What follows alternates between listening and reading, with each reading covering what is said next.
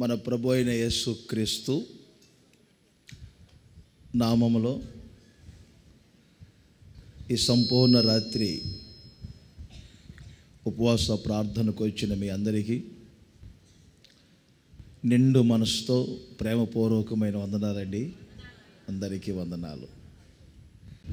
ఈ సంవత్సరపు చివరి నెలకు రాబోయే సంవత్సరాన్ని మీరు ఆశీర్వాదంగా పొందుకునేటట్లు ఒక వర్తమానం మీతో పంచుకుంటాను. ఆమోసు గ్రంథం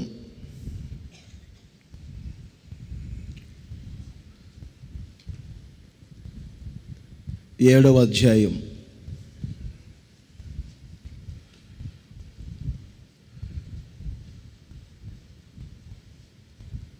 3వ వచనము 4వ వచనం,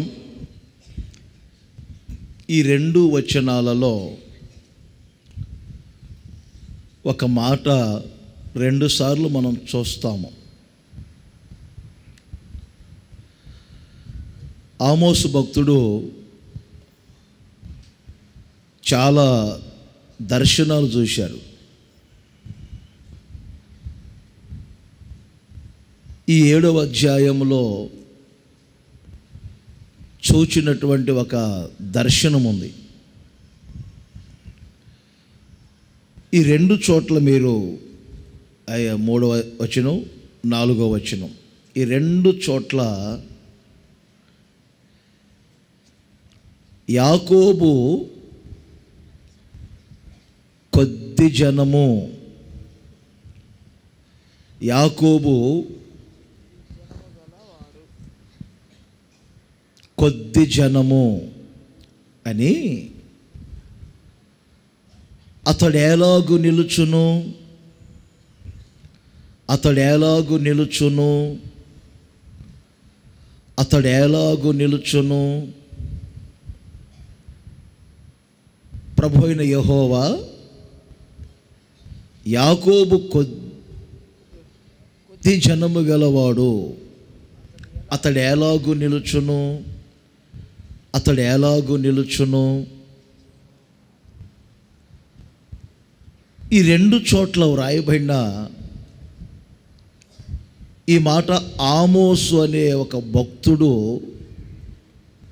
యాకోబు సంతతిని గురించి మాట్లాడుతున్నారు. అసలు ఏం జరిగిందని కొంచెం మనం వివరాల్లోనికి వెళ్తే, ఒక మిడతల దండు వచ్చి పచ్చికను మొత్తం తినివేస్తున్నాయి.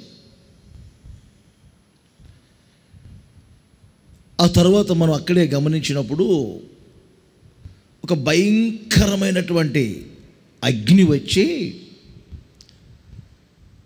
అగాధ జలములన్నిటినీ లేక మృంగివేయటం, కాల్చివేయటం జరుగుతుంది. బాగా వినండి. భయంకరమైన పురుగులు వచ్చి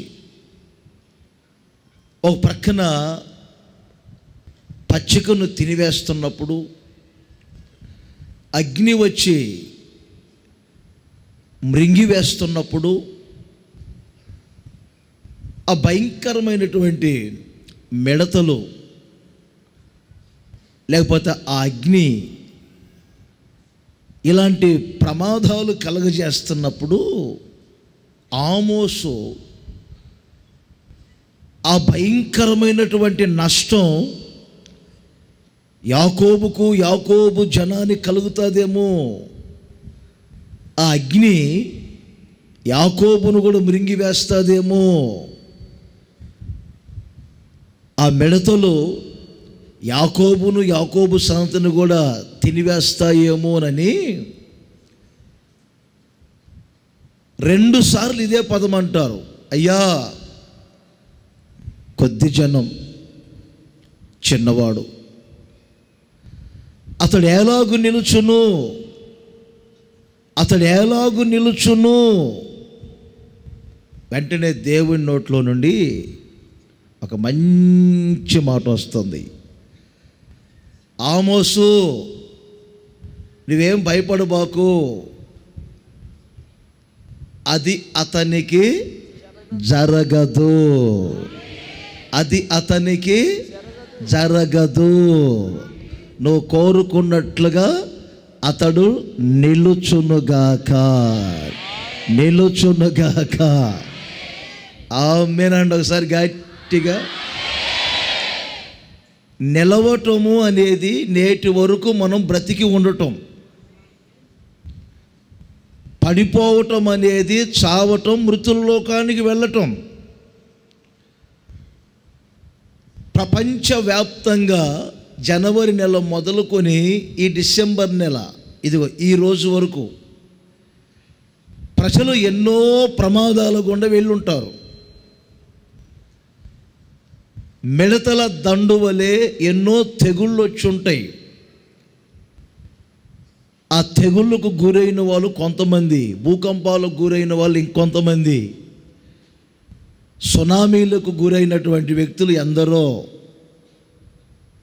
అగ్ని వచ్చి మృంగివేసినట్లుగా మరికొంతమంది ప్రమాదాలకు గురైనటువంటి వ్యక్తులు ఎందరో, అగ్నికి ఆహుతిగా మార్చబడినటువంటి వ్యక్తులు ఎందరో. దేవుడే పశ్చాత్తాపడి, ఆమోస్ అంటారు, అయ్యా కొద్ది జనమయ్యా, పశ్చాత్తాపడి క్షమించయ్యా, క్షమించు. కొద్ది జనం. కొన్నిసార్లు బలము లేని వాళ్ళకి, ఏమండి, నిరాధారులకు ఏదైనా జరుగుతూ ఉందనుకోండి, మనం ఇలాగే అనుకుంటూ ఉంటాం. పాపం పేదోళ్ళు, పాపం నిరాధారులు, చిన్నవాళ్ళు, ఇలాంటి వాళ్ళకి అలా జరగకూడదు, ఇలా రాకూడదు. అయ్యా క్షమించయ్యా, పశ్చాత్తాపడయ్యా అంటే దేవుడు చూశారా, ఆమోసు ప్రార్థన ఆలకించి అది జరగదు. ప్రపంచమంతటికి ఒకవేళ అలాంటిది సంభవించినా, నీ ప్రక్కనున్నటువంటి వ్యక్తులకు అలాంటిది సంభవించినా, అది నీకు జరగదు, అది నీకు జరగదు. అతడు ఎలాగూ నిలుచును, నేను నిలబెడతాను కనుక అతడు నిలిచి ఉంటాడు. ఆమేన్ చెప్పండి గట్టిగా, హల్లెలూయా. ఇక్కడ వివరాలు చాలా ఉంటాయి, అవన్నీ నేను చెప్పాలనుకోవట్లేదు. ఈ మాట చదువుతున్నప్పుడు దైవజనుడు పౌలు గారు అపోస్తుల కార్యములు 26వ అధ్యాయం 22వ వచనంలో ఒక మంచి మాట చెప్తారండి. ఈరోజు చాలా అవసరం ఈ మాట మీకు. ఈరోజు ఈ సంపూర్ణ రాత్రి ఉపవాస ప్రార్థనలో, ఈ సంవత్సరం చివరి నెల, ఇందాకే చెప్పారు దైవ సేవకులు, ఇంకొక 10 రోజుల్లో మనం సరిగ్గా కొత్త సంవత్సరం అడుగు పెట్టబోతా ఉన్నాము. ఆమేన్. అందరూ ఇలా చేతులు చాచి ఆ వాక్యం చదవండి అందరూ.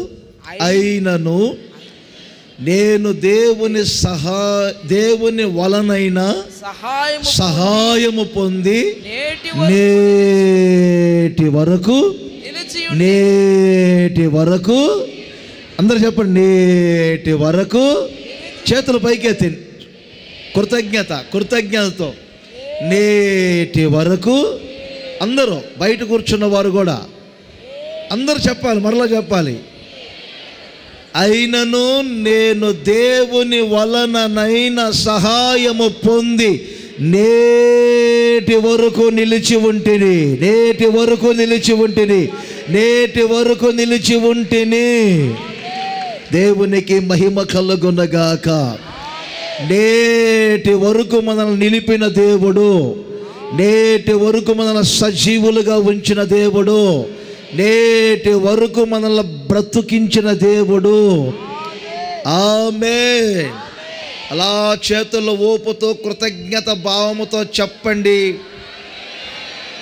నేటి వరకే కాదు, రాబోయే 2025వ సంవత్సరములో కూడా మీరంతా మనమంతా నిలిచి ఉండబోతున్నాము. రాబోయే 2025 సంవత్సరమే కాదు, నిరంతరము మనం నిలిచి ఉండబోతున్నాము. చప్పట్లు కొడుతూ అందరూ సంతోషించండి, సంతోషంగా చెప్పండి గట్టిగా, హల్లెలూయా హల్లెలూయా.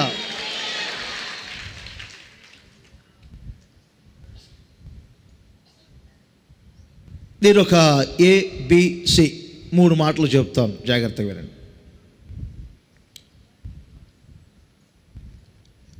మీరు నిలిచి ఉండాలి అంటే ఇందాకే చెప్పాను కదా, నిలవటం అనేది బ్రతికి ఉండటం, పడిపోవటం అనేది చెప్పండి చచ్చిపోవటం. అర్థమైందా?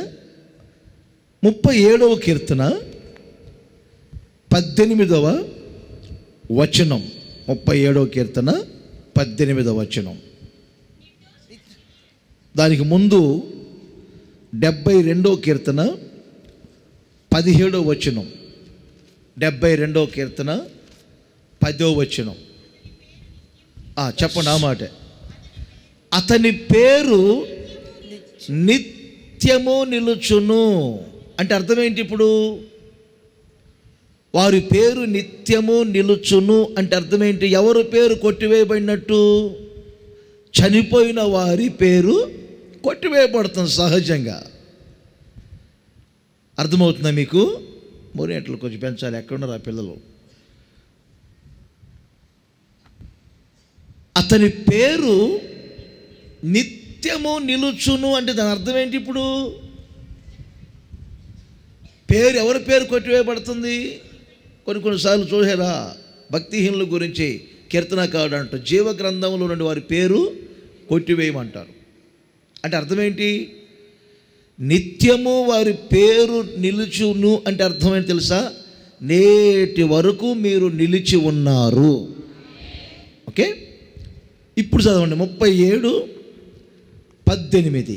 ఇక్కడేమంటే మీ స్వాస్థ్యము నిలిచి ఉండాలి, మీ స్వాస్థ్యము నిలవాలి, మీరు నిలబడాలి. 2, మీ స్వాస్థ్యము నిలబడాలి. ఇంకొక మాట కూడా చెప్తాను, అది కూడా నోట్ చేయండి.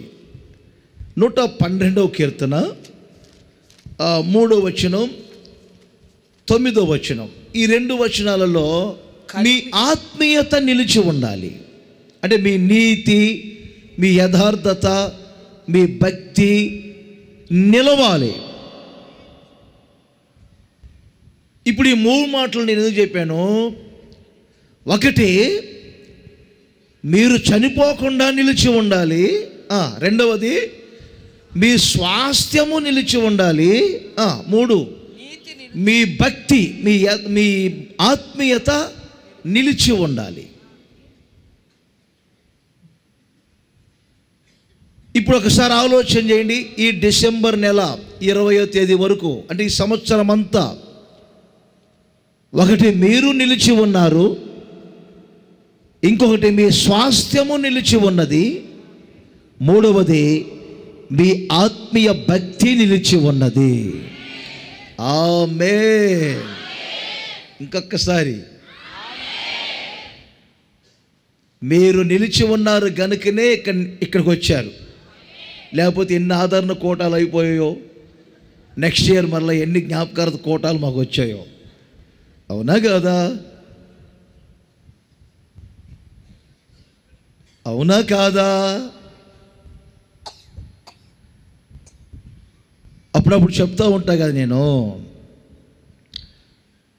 ఒక హాస్పిటల్ కట్టాడంట ఒక ఆయన. ఆ హాస్పిటల్ పేరు ఏమిటంటే వన్ వే.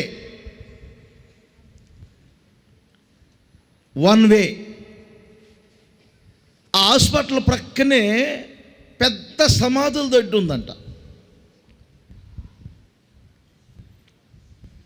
ఆ డాక్టర్ గారి దగ్గరికి మీడియా వాళ్ళు వెళ్ళి ఇంటర్వ్యూ తీసుకుంటున్నారు. చాలా స్థలాలు ఉన్నాయి కదా, మీరు ఎందుకు సమాధుల దొడ్డి ప్రక్కనే హాస్పిటల్ కట్టారు అని అడిగారంట. అప్పుడు ఈ డాక్టర్ గారు ఏం చెప్పారంటే, తప్పు. మీరు అడిగిన ప్రశ్న, సమాధుల దొడ్డి ప్రక్కన నేను హాస్పిటల్ కట్టలేదు, హాస్పిటల్ కట్టిన తర్వాతే సమాధుల దొడ్డి ఏర్పడింది ఇక్కడ అని చెప్పాడంట.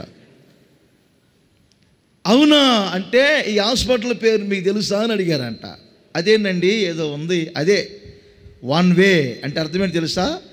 రావటం తప్ప పోవటం ఉండదు. అందుకే మరలా అంబులెన్స్కి డబ్బులు ఎందుకు పెట్టాలని చెప్పి ఇక్కడే పాతి పెడుతున్నారు. అప్పుడు ఏర్పడిందంట సమాధుల దొడ్డి ఇక్కడ. ఉదాహరణ చెప్తున్నా. జనవరి నెలలోనో, ఫిబ్రవరి నెలలోనో, మార్చి నెలలోనో, లేకపోతే ఏప్రిల్లోనో ఏదో ఒక నెలలో పోయి ఉన్నట్టయితే మీరు ఈ రోజున ఈ హోల్ నైట్లో కనపడేవాళ్ళు కాదు కదా. అంటే అర్థమేంటి? మీ పేరును దేవుడు నిలిపారు. ఆమేన్. రెండవది, మీ మీ స్వాస్థ్యాన్ని ఎవరైనా పోగొట్టుకున్నారా? పోగొట్టుకున్నట్టయితే ఇంత మొఖాలు కలుండే కావు ఈ రోజున. అర్థమైందా? సాక్ష్యాలు చెప్పమని కానీ లేపితే ఈ చివరి నుండి ఆ చివరికి నిలబడుతుంటారు మీరు. కారణం, నా దేవుడు మీ స్వాస్థ్యాన్ని నిలిచి ఉండేటట్లు చేశారు. అంతేనా? అంతేనా? మూడవది, మీ ఆత్మీయ జీవితం నేటి వరకు పతనం కాకుండా మీ పరిశుద్ధత, మీ నీతి, మీ యథార్థత, మీ ప్రార్థన, మీ భయభక్తిని నా దేవుడు నేటి వరకు నిలిపి పెట్టారు. దేవునికి మహిమ కలుగునగాక. ఆమోస్తో దేవుడు చెప్తున్నారు, అది జరగదు.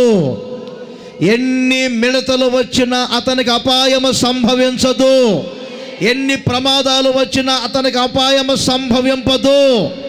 అగ్నికి ఆహుతి ఎంతమంది అవుతున్నా కానీ అతనికి ఆ ప్రమాదము జరగదు. అది జరగదు, అది జరగదు, అది జరగదు. అతడు నిలిచి ఉంటారు. ఆమేన్. ఇంకొక 10 రోజులు కూడా మీరు నిలుచుదురుగాక. అంతేనా? అంతేనా? ఏంటి దానికి ఆమేన్ అన్నారు మీరు? కొంచెం ఆలోచన చేయకుండా. ఓహో, 10 రోజుల తర్వాత మరలా సంవత్సరానికి ప్యాకేజ్ వేయించుకుంటారా? మంచిది. నాకు ప్రభు చెప్పిన మాట ఏంటంటే, ఒరేయ్, నా రాకడ వరకు వాళ్ళకి ఆయుష్ ఇచ్చినంతకాలం వారు నిలిచి ఉంటారు. నిలిచి ఉంటారని చెప్పి, నా రాకడ త్వరగా వస్తే అప్పటి వరకు నిలిచి ఉంటారు. లేదా వారికి ఇచ్చినటువంటి ఆయుష్కాలం అంతా వాళ్ళు నిలిచి ఉంటారు. తర్వాత చనిపోయిన తర్వాత కూడా నా బిడ్డలు మరలా పడిపోయారు అనుకోబాకు అన్నారు. అవునా ప్రభువా అన్నాను.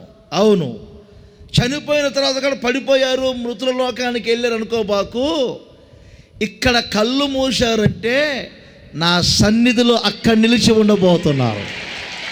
నా సన్నిధిలో నిలిచి ఉండబోతున్నారు, అక్కడ నిలిచి ఉండబోతున్నారు నా బిడ్డలని చెప్పారు. అందుకే నిత్యము మీరు నిలుచుదురుగాక, నిరంతరము మీరు నిలుచుదురుగాక, నిలుచుదురుగాక, నిలుచుదురుగాక, నిలుచుదురుగాక. ఈ సంపూర్ణ రాత్రి ఉపవాస ప్రార్థనలో నా దేవుడు మిమ్మల్ని నిత్యము నిలుపునుగాక, నిరంతరము నిలుపునుగాక. భయపడబాకండి, భయపడబాకండి. ఎన్ని మిడతల దండులు వచ్చినా మిమ్మల్ని ఏమీ చేయలేవు. అగ్ని ప్రవాహం వలె మీ మీదికి వచ్చినా మిమ్మల్ని ఏమీ చేయలేవు. ఎన్ని జలములు మిమ్మల్ని ముంచాలను చూసినా అవి మిమ్మల్ని ముంచజాలవు. అగ్ని మిమ్మల్ని కాల్చజాలదు. అది జరగదు, అది జరగదు, అది జరగదు. ఆత్మదేవుడు చెప్పుతున్నారు ఈ రాత్రి, అది జరగదు, అది జరగదు. అనుభవించండి యేసు నామములో, అనుభవించండి ఈ మాటను. అది జరగదు.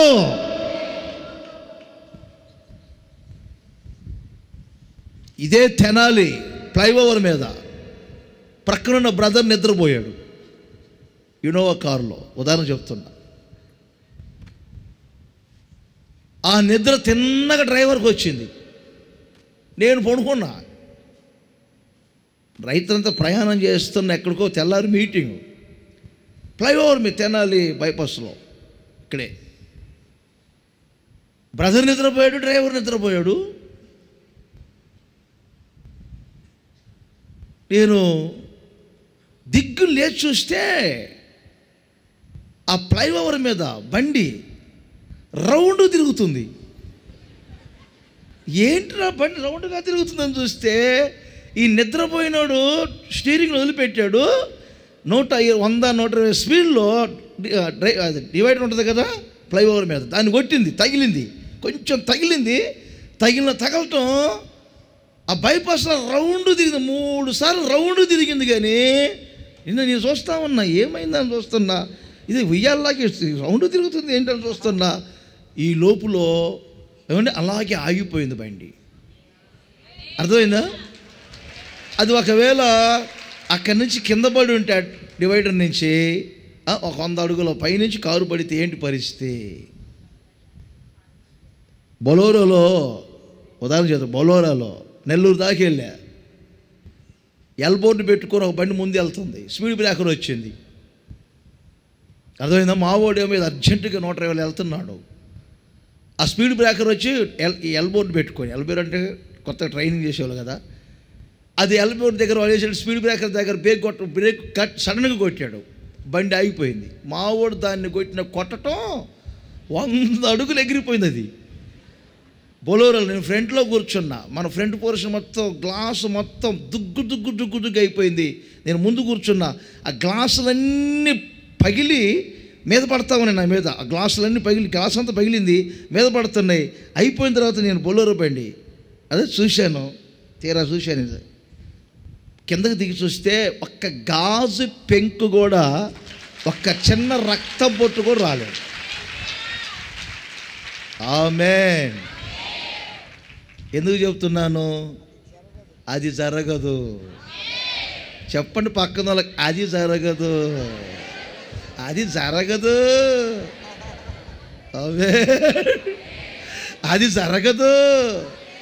30 సంవత్సరాల సేవా జీవితంలో ఒక రక్తపు బొట్టు కూడా నేను నా కళ్ళతో చూడలా. 30 సంవత్సరాల్లో ఒక రక్తపు బొట్టు నాలో నుంచి బయటకు వచ్చినట్టు చూడలా. అర్థమైందా? 100 అడుగులు లాగాడు. గుడాల పండుగ మార్కింగ్ చేసేటప్పుడు వైర్ని లాగి నేను అక్కడ టేప్ పెడుతున్నా. మా వైఎస్ఆర్ని ఇక్కడ ఉన్నాడు, టేప్ పెడుతున్నా. ఆ 100 అడుగులు లాగినోడు వదిలిపెట్టాడు. నేను కానీ వైఎస్ఆర్ని ఎక్కడున్నా కానీ జీవితకాలం అంతా నన్ను చెప్పుకోవాలా. నేను కానీ ఆ రోజున అడ్డు పడకపోతే ఆ కర్రకి ఆయన పొర్రె లేచిపోయేది. ఇక్కడ తగిలింది నాకు, అంత ఫోర్సులో. ఏమైందో, ఎక్కడైందో, కిడ్నీ తగిలిందా, ఏమైందా అని చూస్తే ఏం లేదు. ఈ లోపల అబ్రాహం వచ్చి అంటాడు, మీకు ఏం కాదులే అన్న. అలాంటప్పుడు అంటాడు, మీకు గట్టిపోడిలే అన్నా. అసలు అది కాదు, అది జరగదు. చెప్పండి, అది జరగదు, అది జరగదు. కంటికి చెప్పండి పక్కన వాళ్ళకి, అది జరగదు. ఆమేన్. చేతులు ఊపుతూ చెప్పండి గట్టిగా, అది జరగదు, అది జరగదు. ప్రభు చెప్తున్నారు, అది జరగదు. ఆమేన్. ఇంకొక మాట మీరు అనాలి. ఆమోసు మాట్లాడిన మాట మీరు మాట్లాడాలి. అతడు ఎలాగూ నిలుచును, అలా చెప్పండి ఇంకొకసారి. మీరు ఎలాగూ నిలుస్తారు, అది ఇప్పుడు నేను చెప్పాలనుకునే అంశం. బాగా చెప్పారు. ఇంకొకసారి చెప్పండి, అతడు ఎలాగూ నిలుచును. సరే, ప్రక్కన చెప్పండి, మీరు ఎలాగూ నిలుచుదురు. ఒకసారి అంటే లేచి నిలబడి కూర్చోమ్మా. ఎలాగ నిలుస్తారు అంటున్నారు పక్కన వాళ్ళు. మీరు ఎలాగ నిలుస్తారు అనగానే ఒకరు లేచి నిలబడి ఇలా నిలబడతాను చెప్పండి. అతడు ఎలాగూ నిలుచును? మీరు ఎలాగూ నిలుస్తారు? ఏమండి, మీ పేరు కొట్టివేయబడకుండా మీరు ఎలా నిలుస్తారు? మీ స్వాస్థ్యం ఎలా నిలబడుతుంది? మీ ఆత్మీయ జీవితం ఎలా నిలబడుతుంది?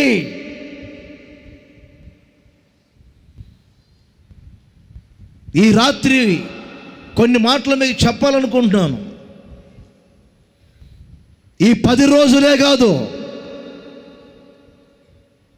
రాబోయే సంవత్సరమే కాదు, నిత్యము మిమ్మల్ని మీ కుటుంబాలను దేవుడు నిలుపుకోవాలని కోరుకుంటూ ఉన్నారు. మీరు నిలిచి ఉండాలంటే ఏమండి, బైబిల్లో కొన్ని మాటలు వ్రాయబండి. ఆ లాగున మీరు నడుచుకుంటే మీరు నిత్యము నిలుచుదురుగాక. మీ పేరు కొట్టి వేయబడకుండా ఇహమందు పరమందు నిలబడబోతున్నారు ఒక రోజున. మీ స్వాస్థ్యము నిలబడబోతుంది ఒక రోజున. మీ ఆత్మీయ జీవితం నిలబడబోతుంది.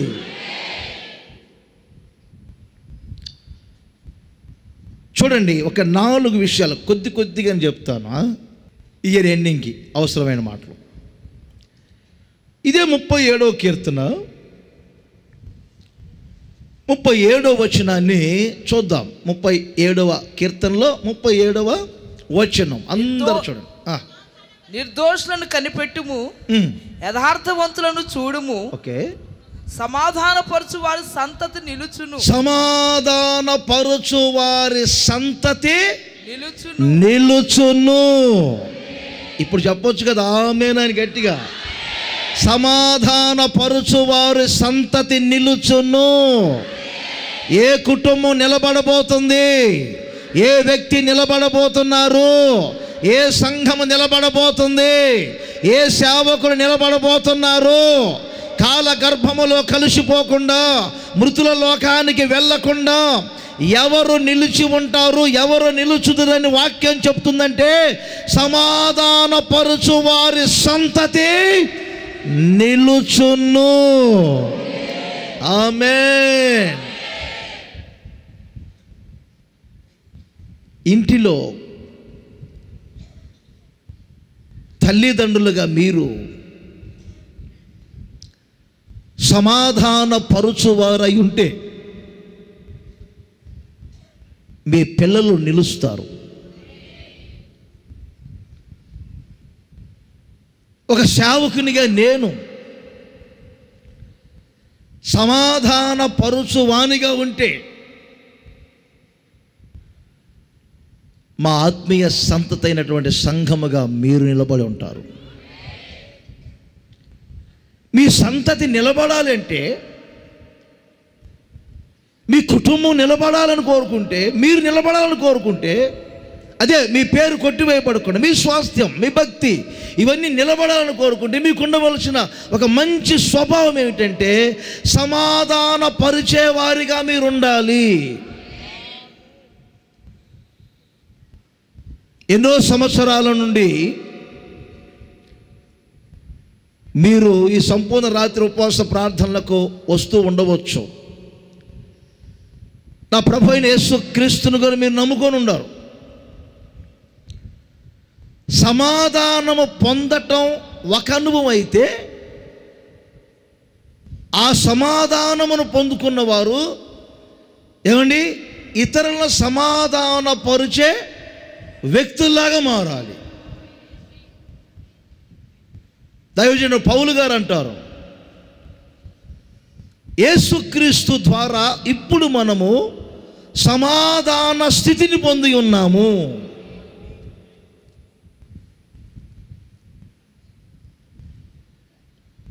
యేసుక్రీస్తుని మీ హృదయంలో చేర్చుకున్నప్పుడే ఆయన సమాధాన కర్త గనుక, ఆయన సమాధాన పాత్రుడు గనుక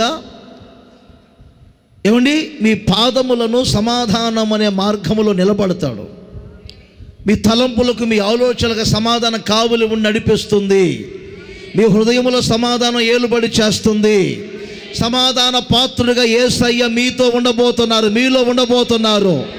మీరు సమాధానమును పొందటమే కాదు, ఈ రాత్రి 2 విధములైనటువంటి అనుభవాలలో మిమ్మల్ని తీసుకొని వస్తున్నారు నా దేవుడు. ఇప్పటికే ఒకవేళ సమాధానము లేకపోతే, ఈ రాత్రి ఏ రోగము చేత కలవరపడుతున్నారో, ఏ అప్పు సమస్యల చేత కలవరపడుతున్నారో, ఏ అంధకార దురాత్మ శక్తుల చేత కలవరపడుతున్నారో, ఏ సమస్యతో మీరు సతమతమవుతూ ఏమంటే కలవరాల మధ్యలో కాపురం చేస్తున్నారో, మీ కలవరాలు, మీ ఆందోళనన్నిటి నా దేవుడు తొలగించి ఈ రాత్రి నా ప్రభు అయిన యేసుక్రీస్తు మీకు సమాధాన స్థితిని కలగజేయబోతున్నారు. మీరు సమాధానమును పొందుదురుగాక. సమాధానం పొందిన వాళ్ళు ఏం చేయాలి? ఇప్పుడు చెప్పాలి. ఒక భార్య పొందిన సమాధానమును బట్టి భర్తను సమాధానపరుచుకోవాలి. ఒక భర్త పొందిన సమాధానమును బట్టి భార్యను సమాధానపరుచుకోవాలి. తల్లిదండ్రులు పొందిన సమాధానమును బట్టి ఏమండి పిల్లలను సమాధానపరుచుకోవాలి. అసలు మనం ఎవరమనుకున్నారు? కొరింథీయులకు రాసిన 2వ పత్రిక 5వ అధ్యాయం 18, 19 ఈ 2 వచనాలు చూడండి ఒకసారి. ఆయన మనలను క్రీస్తు ద్వారా, ఆయన మనలను క్రీస్తు ద్వారా తనతో సమాధానపరుచుకొని, మనలను తనతో సమాధానపరుచుకొని, ఆ సమాధానపరచు పరిచర్యను మనకు హోసన్నా మినిస్ట్రీస్ పరిచర్య. ఏ పరిచర్య? సమాధానపరుచు పరిచర్య. ఆమేన్. సమాధానపరుచు పరిచర్యను అనుగ్రహించెను. అదేమనగా దేవుడు వారి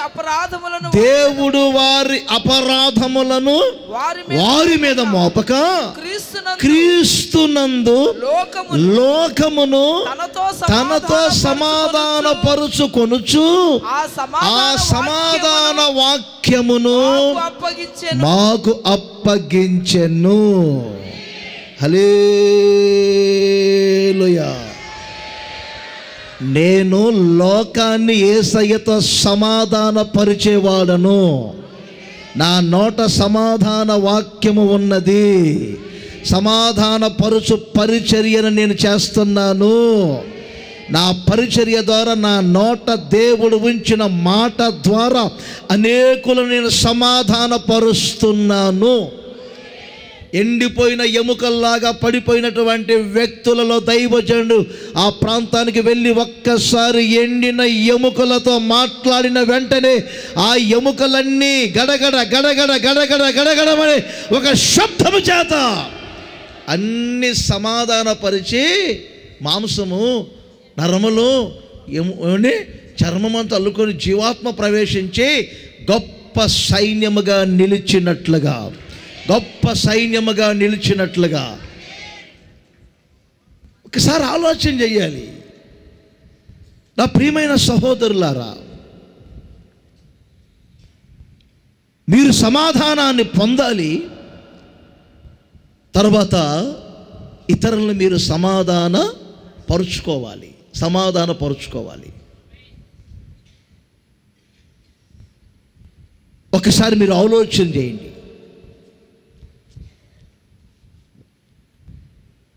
యేసన్న గారి దగ్గరికి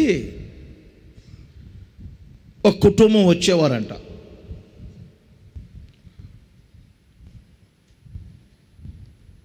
ఆ సహోదరి ఒకసారి ఫోన్ చేసి, యేసన్న అర్జెంటుగా ఇంటికి రా, చిన్న ప్రార్థన చేయాలి అని చెప్పారట. యేసన్న గారు అడావుడిగా ఇంటికి వెళ్తే ఆ ప్రక్కన భార్య, ఈ ప్రక్కన భర్త సోఫాలో కూర్చుని యేసన్న గారి ప్రక్కన కూర్చోబెట్టి, యేసన్న గారు రాగానే అంత లడ్డు తినటానికి పెట్టి, సరేలేమ్మా ఇంతకు అర్జెంటు ఫోన్ చేశారు, ఏంటి విషయం, మ్యాటర్ ఏంటంటే, ఏమి లేదు యేసన్న గారు, మాకు పెళ్లి చేసింది మీరే కదా అని అడిగారంట. అవునమ్మా నేనే కదా, పాస్టర్ గారు సర్టిఫికేట్ కూడా ఇప్పించా కదా అట. ప్రార్థన చేసి మీరు మాకు పెళ్లి చేసి కలిపారు కనుక ఇప్పుడు ప్రార్థన చేసి మా ఇద్దరిని విడగొట్టండి. అప్పుడు యేసన్న గారు చెప్పారట, ప్రార్థన అనేది కలపటానికేనమ్మా, విడదీయటానికి కాదు. అయినా అదేంటి, విడాకులు కోరుకోవడం తప్పు కదా, ఏమైంది ఆయన గారితో, నోట్లో వేలు పెట్టినా కొరకనట్టుంటాడు, ఏదైనా చిన్న చిన్న సమస్యలు వస్తే అడ్జస్ట్ అవ్వు, అర్థం చేసుకో, ఎందుకంటే కంగారు అవుతావు, పాయసం తినేదానిలాగా ఆయాసపడతావు అని యేసన్న గారు చెప్తామంటే ప్రసంగాలు చేయడానికి కాదు పిలిచింది, ప్రార్థన చేసి విడది. కాదమ్మా రేపు పరలోకం వెళితే వారు మీరు మనమంతా కలిసి ఉంటాం కదా అంటే, ఆ ఫ్లోలో ఆమె అన్నారంట, ఆయన కానీ పరలోకం వస్తే నేను రాను. అంత స్పీడ్ అవసరం అంటారా? అబ్బో యేసన్న గారు మనసులో అనుకున్నాడంట, ఆ పిచ్చి బాగానే ముదిరింది మనిషికి అని. ఆ తదుపరి యేసన్న గారు సరే మోహరించండి, ప్రార్థన చేస్తా, ప్రార్థన చేసి మిగతా కార్యక్రమం అని చెప్పి ఇద్దరు మోకాళ్ళ మీద ఉంటే గట్టిగా యేసన్న గారు యేసు నామములో అని గద్దించారు. 200 కేజీల బస్తాలు పడ్డట్టు, ఇటేమో ఏం పడిపోయిందంట, అటేమో ఆయన పడిపోయాడు. పర్సనల్ మ్యాటరు అని చెప్తే యేసన్న గారు ఒక్కరే వచ్చారంట, బ్రదర్ను కూడా తీసుకోవాలకుండా. ఇద్దరు పడితే లేపేది ఎవరు ఇప్పుడు? యేసన్న గారు శుభ్రంగా లడ్డు పెట్టింది కదా ఆమె, అది తినకుండా కూర్చోనమాట. కాసేపటికి తేరుకున్నారు ఇద్దరు. అదే చెరువుల్లో చూడండి, ఎండకి చేపలు పడిపోతాయి, సాయంకాలం మరలా తేరుకుంటాయి. ఆ టైపులో తేరుకొని ఇద్దరు లేచి ప్రైజ్ ది లార్డ్ యేసన్న అన్నారంట. ఏంటన్నా చెప్పా పెట్టకుండా వచ్చావన్నారంట.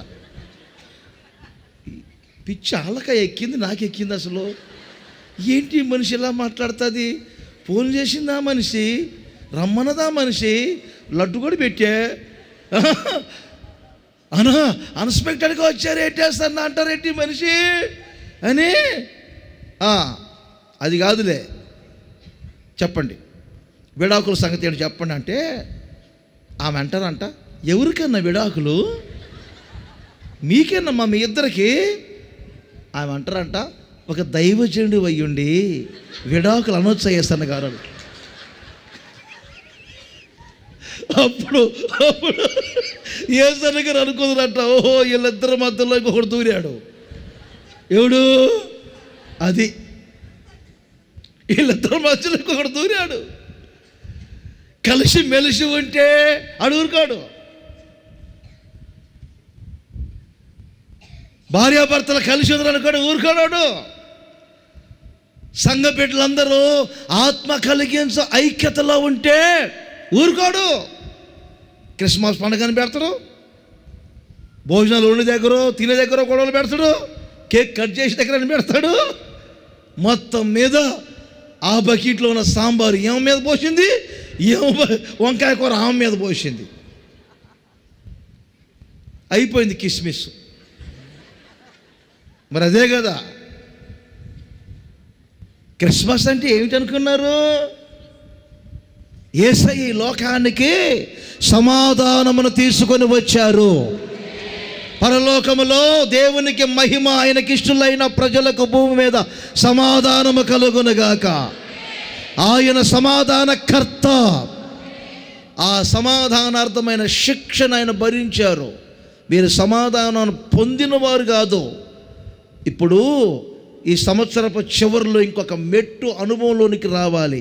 ఏమిటది? మీరు సమాధాన పరుచువారిగా ఉండాలి. ఎవరితో పేషీలు పెట్టుకున్నట్టు, ఎవరితో గొడవలు పెట్టుకున్నట్టు, ఏమండి కలవరపరిచే మాటలు, ఆందోళన పరిచే మాటలు, కించపరిచే మాటలు, ఒక్కొక్కరు వచ్చారంటే మాత్రం ఇక అంతే, గంటలు కొట్టుకుంటూ వస్తుంది. ఏమండి అగ్నిమాపక కేంద్రం. ఏ కేంద్రం అది? అగ్నిమాపక కేంద్రం, దాని పేరేమో అదే. కానీ అది గంటలు కొట్టుకుంటూ వచ్చిందంటే మాత్రం కలవరమే. రోడ్డు పొడవున ఏం దగలపడింది, ఏం పోయింది. ఇది కొందరు నోటి మాటలు అలాగే ఉంటాయి, వాళ్ళ చేష్టలు అలాగే ఉంటాయి. సామెతల్లో 12:20 ఒక మాట ఉంటుంది. 12:20 ఏమని ఉంటుంది? మంచి మాట. సమాధాన పరుచుటకై ఆలోచన చెప్పువారు సంతోషభరితులగుదురుగాక.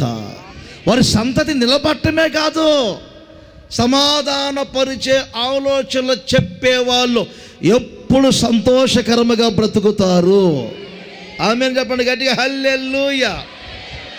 అర్థమైందా? ఎంత వైరాగ్యంగా చెప్పినా, ఎంత ఆసక్తిగా చెప్పినా, ఖండించినా, గద్దించినా, ఏమండి వాళ్ళ పెదవుల మీద ఏముంటుంది? సంతోషం కనపడుతుంది. వాళ్ళ హృదయంలో ఏం కనపడుతుంది? సంతోషం కనపడుతుంది. ఈర్ష్యలు, కక్షలు, క్రోధాలు ఉండవు. సంకుచితమైన హృదయం ఉండదు. యేసు ప్రభు మొదటి ప్రసంగమే కదా 5:9 చెప్పారు. ఏమండి మత్తయిలో, సమాధాన పరుచువారు ధన్యులు, వారు దేవుని కుమారులు అనబడతారు. సమాధాన పరుచువారికి ఎన్ని ఆశీర్వాదాలు ఉన్నాయి. వారి సంతతి నిలబడుతుంది, వారు సంతోష భరితులవుతారు, వారు దేవుని కుమారులని పిలువబడతారు. ఈ సంవత్సరపు చివరిలో మీరు మీ స్వాస్థ్యము, మీ ఆత్మీయత నిలబడాలని కోరుకుంటే, నా ప్రభు చెప్తున్నారు, మీరు ఏ చోట ఉండి దేవుని మాటలు వింటూ ఉన్నా మీరు సమాధాన పరుచువారుగా మార్చబడుదురుగాక. సమాధాన పరుచువారుగా మార్చబడుదురుగాక. ఆమేన్ చెప్పండి గట్టిగా, హల్లెలూయా. ఇప్పుడు ఏశావు ఎలా ఉన్నారు అనేది కాదు మ్యాటరు. బాగా వినండి, కొన్ని ఉదాహరణలు చెప్తున్నా. యాకోబు, బాగా వినండి, యాకోబు బయలుదేరి తన అన్నని ఎదుర్కొనేటప్పుడు ఏమండి తన అన్నతో సమాధాన పడాలి, మా అన్న శాంతి పడాలి, మా అన్న శాంతి పడాలి, సమాధాన పడాలని పని వాళ్ళను కొంతమందిని పంపించి ఏమండి కానుకలు పంపుతున్నారు. ఈ కానుకలు చూస్తే మా అన్న నా మీద సమాధాన పడతాడు. చూసారా? ఇదిగో ఈ పిల్లలను పంపుదాం ముందు, ఈ పిల్లలను చూసి వాడు కొంచెం జాలి పడతాడు, కఠినుడు, నాతో సమాధాన పడతాడు. ఆ వాక్యాలు క్లియర్గా వ్రాయబడి సమాధాన పడాలి. అన్నదమ్ముల మధ్యలో శత్రుత్వం ఎందుకు? ఉన్నదే ఇద్దరం, ఆ ఇద్దరిలో శత్రుత్వం ఎందుకు? తెలుసో తెలియని వయసులో ఏమండి జరిగిపోయింది. ఒక్క పూట భోజనం అడిగితే జ్యేష్ఠత్వాన్ని అడిగాను ఆ రోజు. ఒక్క పూట భోజనం అడిగితే జ్యేష్ఠత్వాన్ని ఇస్తేనే అంత భోజనం పెడతానని చెప్పిన యాకోబు, ఇప్పుడు యాకోబు ఆస్తి అంతా కూడా ఏమన్నా ఏశావుకి ఇవ్వటానికి కోరుకున్నాడంటే యాకోబు హృదయం ఎంత విశాలమైంది. మీకు అర్థమైందా? ఒరే ఆకలి అవుతుందిరా, అన్నం పెట్టంటే తమ్ముడు అన్నం పెట్టాను, నువ్వు పెట్టినా నేను ఎందుకు పెడతానా, ఏమిస్తావు నాకు పెడితే, నీ జ్యేష్ఠత్వం ఇస్తావా? చూసారా? గజం చోటు దగ్గర తన్నుకున్న వాళ్ళు ₹1,00,000 దగ్గర తన్నుకున్నారు. ఓ జ్యేష్ఠత్వం, ఒక పూట భోజనం కొరకు కకృతి పడ్డాడు యాకోబు. అలాంటి యాకోబు ఇప్పుడు చూసారా కానుకలు పంపుతున్నారు, తను సంపాదించిన ఆస్తి అంతా పంపుతున్నారు, తన పిల్లలు పంపుతున్నారు. ముందు ఏంటి? మా అన్న నా మీద సమాధాన పడాలి, మా అన్నకు నాకు సమాధానం ఉండాలి. ఆ యాకోబు ప్రార్థన, యాకోబు కానుకలు, యాకోబు ఏమండి కోరుకున్నట్లుగా ఏషావు వచ్చి తమ్ముడు మెడ మీద పడి ముద్దు పెట్టుకొని ఇద్దరు కవిగిలించుకొని, రే దేవుణ్ణి చూసినట్టుగా చూస్తున్నాను రా నిన్ను, రే ఎన్ని రోజులైంది నిన్ను చూసి, ఎలా ఉన్నావురా అని వాళ్ళు ఒకరితో ఒకరు ప్రేమను పంచుకున్నారు. ఇది సమాధానపరుచుకోవడం అంటే. ఉన్నారు కొంతమంది చిన్నదానికి సహించుకోలేక విడాకులు ఇచ్చి పుట్టిళ్ళకి వెళ్ళిపోయి, అర్థమైందా, ఆయన ఇంకొకటి పెళ్లి చేసుకొని ఆమెతో శుభ్రంగా ఉన్నప్పుడు పోషణ గతి లేక మట్టి పనికి వెళ్ళి, తావి పనికి వెళ్ళి కంకర మోసే ఎలా అనుకోలేదయ్యా అంటే, అదిగే నీవెలాగూ నిలుచుదువు, వీరెలాగూ నిలుచుదురు. దేవుని బిడ్డలో సాధ్యమైనంత వరకు సమస్త మనసులతో సమాధానముగా ఉండాలి. దేవునికి మహిమ కలుగునగాక. అందరి చేతుల ఊపుతూ చెప్పండి గట్టిగా, ఈ సంవత్సరపు చివరిలో మీకు ఆ విశాలత రావాలి. ఇప్పుడు చూడండి, ఇంకొక వ్యక్తి చెప్తాను. తమ్ముడు అందరికంటే చిన్నోడు కదా, యేషోబు చిన్నోడే కదా, చిన్నోడు. రూబేను ఉన్నాడు. చూసారా, ఏవో పెద్ద సలహా అన్నదమ్ములు చెప్పినట్టు, రేయ్ ఎందుకురా మన తమ్ముడిని మనం కొట్టటం తిట్టటం, ఎందుకురా, తీయండి బయటికి, గుంటలోని తీయండి అని అమ్ముకుందాంరా అన్నాడు. చూసారా, పెద్ద ఘనకార్యం చేసినట్టు గుంటలోనికి తీసినట్టు తీసి అమ్ముకుందాంరా. పెద్దోడు అలా ఉన్నాడు, యోధ ఇంకొకలాగా ఉన్నాడు, అన్నదమ్ములందరూ ఒకలాగా ఉన్నారు. గుంటలో వేసి కొట్టిన, మార్కెట్లో అమ్మబడ్డ, నిందను మోసుకుంటూ కూడా చెరసాల్లో ఉండి చివరికి తన అన్నలే తన ఎదుట నిలబడితే, తన తమ్ముడు ఒరే నేను రమి జోసఫ్ అని చెబితే, నా తమ్ముడు ఇప్పుడు ఏం చేస్తాడో, ఈ ఐగుప్తు దేశానికి అధిపతిగా ఉన్నాడు, ఆ రోజు గుంటల వేషం కొట్టాము, మనం ఏం చేస్తాడో అని భయపడుతూ ఉంటే యోసేపు అంటాడు, అన్నయ్యలారా భయపడబాకండి, నాన్నగారు ఉన్నంతకాలం మిమ్మల్ని పోషిస్తాను చూసుకుంటా అనుకున్నారా, నాన్నగారు లేకపోయినా నేను మిమ్మల్ని మీ పిల్లలను ఆదరిస్తాను, పోషిస్తాను, నన్ను కొట్టి గుంటలో వేసిన భయపడబాకండి, ఇలాంటి కరువు వస్తుంది, అందుకనే నేను ఈ దేశానికి రావాలని దేవుని ప్రణాళిక ఇలా ఉంది కనుకనే ఆ రోజు మీ చేత దేవుడు కొట్టించి ఈ దేశానికి నన్ను పంపించారులే, మీరు భయపడబాకండి. ఆ విషయాలు చూశారండి, ఆ చిన్న హృదయంలో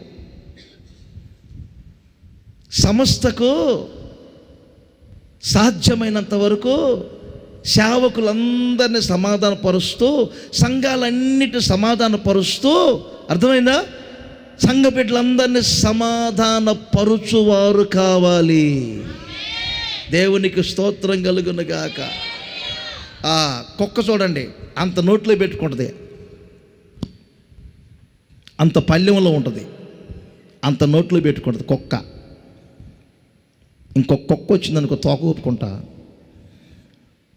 ఇంత నోట్లో ఉంది కదా, అంత పళ్ళెంలో ఉంది కదా, కొంచెం తినంటదా,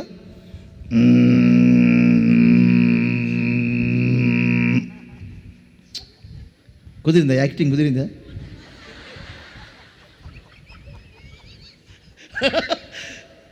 అంతే కరెక్టా కదా, ఇంత నోట్లో పెట్టుకుంది, అంత పళ్ళెంలో ఉంది, ఆ తోక ఊపుకుంటూ వచ్చింది పాప బుడ్డిది, కొంచెం తినమ్మా నా నోట్లో ఉంది అందో.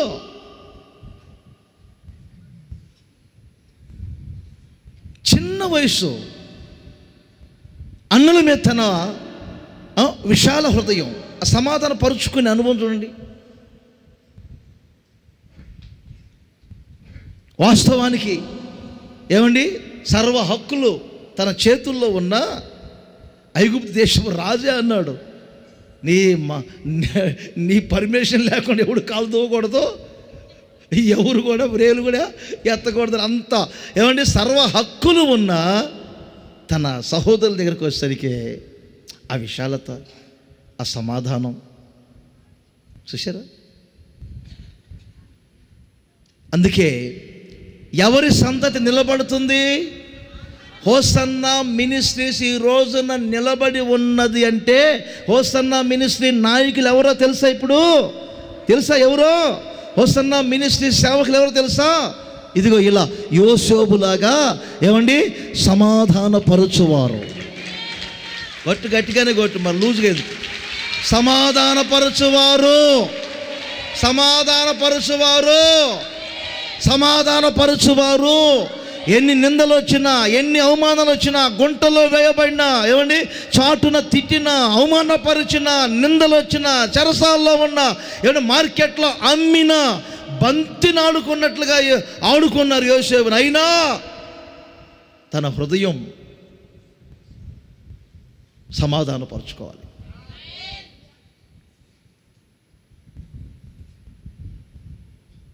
ఎవరి సంతతి నిలబడుతుంది? ఇప్పుడు చెప్పండి.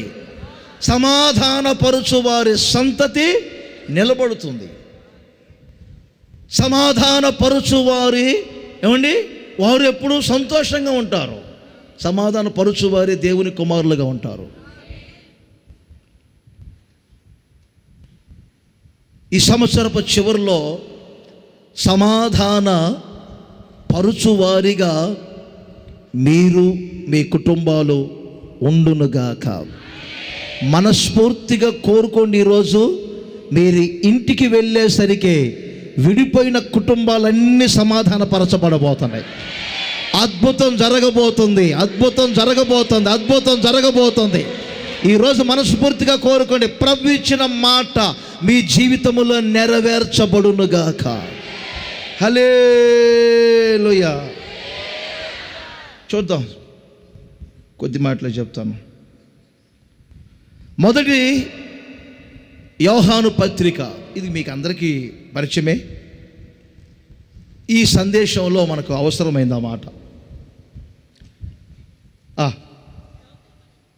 2వ అధ్యాయం 17వ వచనం.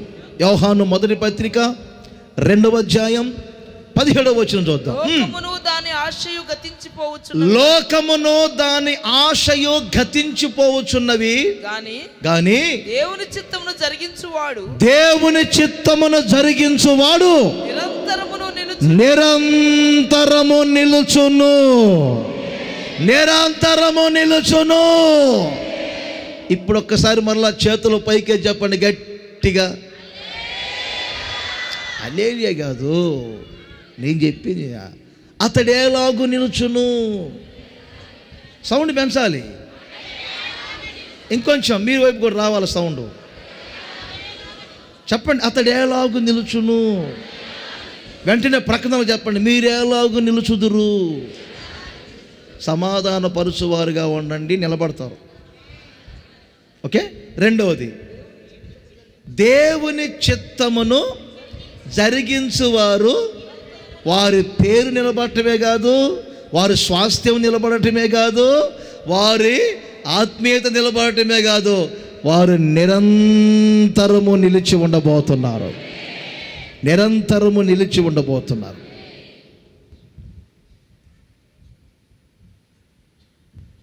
ప్రియమైన సహోదరులారా, దేవుని చిత్తము అనేది ఒక భాగం అయితే, పౌలు గారు ఏం చెప్పారంటే, దేవుని చిత్తము ఏదో దాన్ని మీరు పరీక్షించాలి. ప్రతిదానికి దేవుని చిత్తం అనకూడదు. ప్రొద్దున్నే లేచి నేను అనొచ్చులే, వయ్యారంగా బయటకు వచ్చి పేడ మీద కాలు వేసిందంట. 3 పళ్ళు ఊడిపోయింది. అప్పుడు ఫోన్ లిఫ్ట్ చేస్తూ ఉండేవాడిని నేను. రాజన్న పోయింది, పళ్ళు ఊడిపోయినాయి కదా, లాజ్ అన్న అన్నది. ఏంటమ్మా వాయిస్లో ఏదో తేడా వచ్చింది, సాతానుగాడు పడగొట్టాడన్నా అన్నది. ఎవరు పొద్దున్నే పాపం గేదెలను పంపించి ఇంటి ముందు అది వేయించి నువ్వు అడుగు పెట్టమ్మా ఈ పథకాలను చేశాడా. పళ్ళు ఎలా ఒడగొట్టుకున్నావమ్మా పొద్దున్నే అంటే దేవుని చిత్తంలే అన్న అన్నది. ఏది పళ్ళు ఒడగొట్టుకోవడం దేవుని చిత్తమా? కొన్నిసార్లు ఆస్తులు అమ్ముకుంటూ ఉంటారు, పొలాలు అమ్ముకుంటూ ఉంటారు, ఇల్లు అమ్ముకుంటూ ఉంటారు, ఉద్యోగాలు పోగొట్టుకుంటూ ఉంటారు, ఏమైనా చదువుల్లో ఫెయిల్ అవుతూ ఉంటారు. ప్రతిదానికి దేవుని చిత్తం అంటూ ఉంటారు. అది దేవుని చిత్తం ఎలా అవుతుంది? దేవుని చిత్తము ఏదో అది పరీక్షించి తెలుసుకున్నట్లుగా మీ మనసు రూపాంతరము చెందాలి. అంతేకాదు దేవుని మనసులో ఏమి ఉన్నదో అది తెలుసుకొని ఆ ప్రకారముగా నడుచుకోవటమే దేవుని చిత్తం. మరొకసారి చెప్తున్నా, దేవుని చిత్తం అంటే ఏమిటి? దేవుని చిత్తానుసారముగా నడుచుకోవటం. దేవుని మనసులో ఏమున్నదో తెలుసుకోవాలి, దేవుణ్ణి అడగాలి. నా కుటుంబం పట్ల మీ ఉద్దేశం, మీ చిత్తం ఏమైంది? నా చదువు పట్ల మీ ఉద్దేశం ఏమిటి? నా పిల్లల వివాహ విషయంలో మీ చిత్తం ఏమిటి? ఓ స్థలాలు కొనినా, ఇల్లు కట్టినా, ప్రతి విషయంలో దేవుడు మీ చిత్తం ఏమిటి, మీ చిత్తం ఏమిటి, మీ చిత్తం ఏమిటి అడిగితే ఏమిటి దేవుడు మీకు స్పష్టంగా చెప్తారు.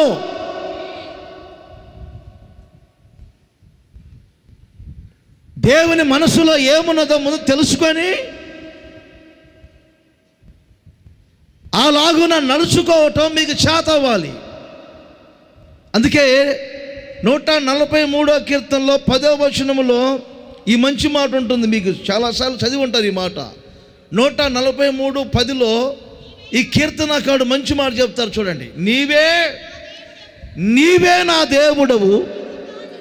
అందరు చెప్పండి, నీవే నా దేవుడవు, నీ చిత్తానుసారముగా ప్రవర్తించుట నాకు నేర్పుము. యేసయ్యా, అందరి చేతుల పైకైతే యేసయ్యా, ఈ సంవత్సరపు చివరిలో నేను నిలబడి ఉన్నానయ్యా, నీకు రుణపడి ఉంటానయ్యా. నేను నిలబడాలంటే ప్రభువా, 2025 కూడా బతకాలంటే ప్రభువా, లేకపోతే మీ ఇష్టం, నేను కప్పించి చెప్పకపోతే మీ ఇష్టం, నేను చేసేదేమీ లేదు. ఎత్తదే మీ ఇష్టం, ఏమోలంటే మీ ఇష్టం, నేను చేసేదేమీ లేదు.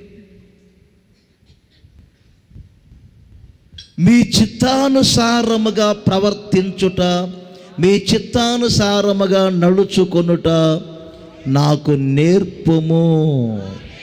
జీవితాన్ని ఆ విధముగా మనము ఏమండి చెక్కుకొని ఆ విధముగా నడుచుకోవాలి. అలా మన జీవితాన్ని ఏమండి ఆయన చిత్తానికి అనుగుణంగా ఏమండి సాధుపరుచుకోవాలి. మీ స్వచిత్తాలు, మనుషుల చిత్తాలు కాదు మీ జీవితంలో జరగవలసింది.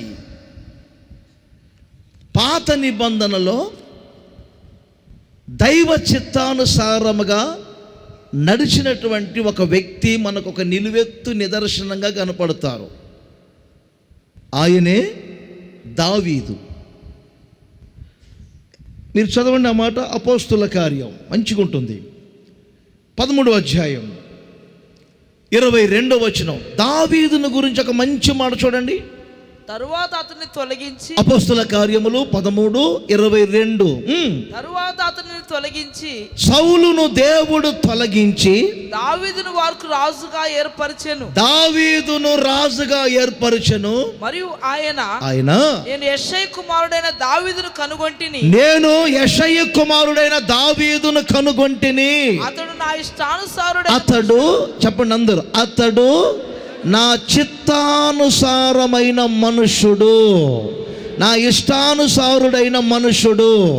అందరూ ఒక్కసారి కుడి హస్తం పైకెత్తి దేవుని చిత్తానికి అప్పగించుకోండి, దేవుని చిత్తానికి అప్పగించుకోండి, దేవుని చిత్తానికి అప్పగించుకుని సంవత్సరపు చివరిలో ఎంత మీరు దేవుని చిత్తానికి అప్పగించుకొని దేవుని చిత్తానుసారముగా నడిపించబడటం నేర్చుకొని ఆ ప్రకారముగా చేస్తారో మీరు మీ సంతతి నిలిచి ఉండబోతుంది. మీరు మీ సంతతి నిలిచి ఉండబోతుంది. సౌలు కుటుంబం కొట్టివేయబడింది. సౌలు కుటుంబం ఏమండి అంతకంతగా నేరసిల్లిపోయింది. కానీ దావీదు కుటుంబం కొట్టివేయబడలేదు. దావీదు కుటుంబం అంతకంతకు ప్రబలింది. దావీదు పేరు నిలబడింది. కారణం దావీదుతోనే దేవుడు చెప్పారు, దావీదు నిన్ను ఎవరు ముట్టజాలరు దావీదు, నేను ఆజ్ఞాపించాను. దావీదు ఏమని ఆజ్ఞాపించాను తెలుసా? నా అభిషక్తుని నీవు ముట్టకూడదని నేను ఆజ్ఞాపించాను. ఆమేన్ చెప్పండి గట్టిగా. నీ సంతతిని ఎవరు ముట్టజాలరు. మరలా చెప్పండి, అది జరగదు. గట్టిగా అది జరగదు. ఇంకా ఏమైనా కొంచెం మంపు వస్తుందా? లేదు కదా? చెప్పండి మరి, తప్పే ఉంది. అది జరగదు. నేను అభిషేకించిన వానిని ముట్టజాలరు. అతని పేరు నిత్యము నిలిచి ఉండబోతుంది. దావీదు పేరు నిత్యము నిలిచి ఉన్నది. ఏమండి, మేము ఇజ్రాయేల్ దేశం వెళ్తేనండి, ఆ ఇజ్రాయేలు దావీదు సమాధి దగ్గర చూసాం మేము. ఆయన ఒక దేవుడా అన్నట్లుగా చూసుకున్నారండి దావీదు సమాధిని. నిజమండి, దావీదు సమాధి దగ్గరికి వెళ్ళాం మేము. అసలు ఆయన ఒక దేవుడా అన్నట్లుగా చూసుకుంటున్నారు అక్కడ ఆయన సమాధిని. కొంచెం ఆలోచన చేయండి. దావీదుకి అంత పేరుంది. దావీదు ఏమంటే చేసిన వాగ్దానాలే ఈ రోజున ఇజ్రాయెల్ దేశానికి నెరవేర్పు. యేసుక్రీస్తు ఈ లోకానికి సస్యుడిగా రావటానికి కారణం దావీదు పేరును ఎందుకు ఉపయోగించారు? దావీదునకు చిగురు పుట్టునని, అతని సంతతిలో నుండి ఒక వ్యక్తిని నేను నిలబెడతాను, అతని కొరకు ఒక దీపాన్ని నేను పెడతాను. ఆ దీపం ఎప్పటికీ ఆరిపోదు. దావీదుకు ఒక దీపాన్ని నిలబోతున్నాను. ఆ దీపం ఆరిపోదు. దావీదు పేరు మాసిపోదు. దావీదు సంతతి మాసిపోదు. ఇటు పక్కన సాతాను గాడుండి ఆయన కూడా ముడతాను, నేను ముడతాను. దేవుడు అపాయంతో ఏం చెప్తాడు తెలుసా? రేయ్ సాతానుగా, నువ్వు వచ్చి నా కనుగుడ్డును ముట్టగలవరా? ముట్టు. మనుషునంతా ముట్టనిస్తారు కానీ కనుగుడ్డును కనురెప్పలు ముట్టనియవు. మీ కనుగుడ్ల సంగతే. మనుషులంతా పట్టుకున్నా ఏమనరు. కనుగుడ్డు దగ్గరకు వచ్చిందా రెప్ప పడిపోతూ ఉంటుంది. మన కనుగుడ్డును ముట్టడానికే మన రెప్పలు ఒప్పుకోవు. మరి యేసయ్య కనుగుడ్డును ముట్టే దమ్ము సత్తా ఎవరికైనా ఉందా?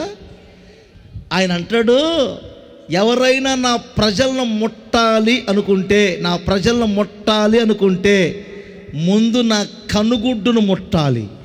నా కనుగుడ్డును ముట్టే దమ్ము ఎవరికి లేదు. మిమ్ములను ముట్టే దమ్ము సత్తా ఎవరికి లేదు. అది జరగదు. చెప్పు హుషారుగా. అది జరగదు. అది అనుకోని పిచ్చి పొరపాటు. నువ్వు ఏదో చేద్దాం అనుకో, ఒరే జరగదు. అది ఒరే సాతానుగా నువ్వేదో చేయబోరే పిచ్చోడి నువ్వు, రే అది జరగదురా. అతడు నిత్యము నిలిచి ఉంటాడు. పరిశుద్ధాత్ముడు ఎందుకో ఈ వర్తమానాన్ని మీ కొరకు ఏర్పరిచాడు. సంవత్సరం చివరిలో అవసరమని నేను అనుకుంటున్నా. అంతా విన్న తర్వాత ఇంకేమీ లేదు, ఇంకో పాటే చెప్తే మీకు కృతజ్ఞతగా. ఆమేన్. ఎందుకు దావీదు సంతతి నిలబడింది? దావీదు దీపం ఆరిపోలేదు.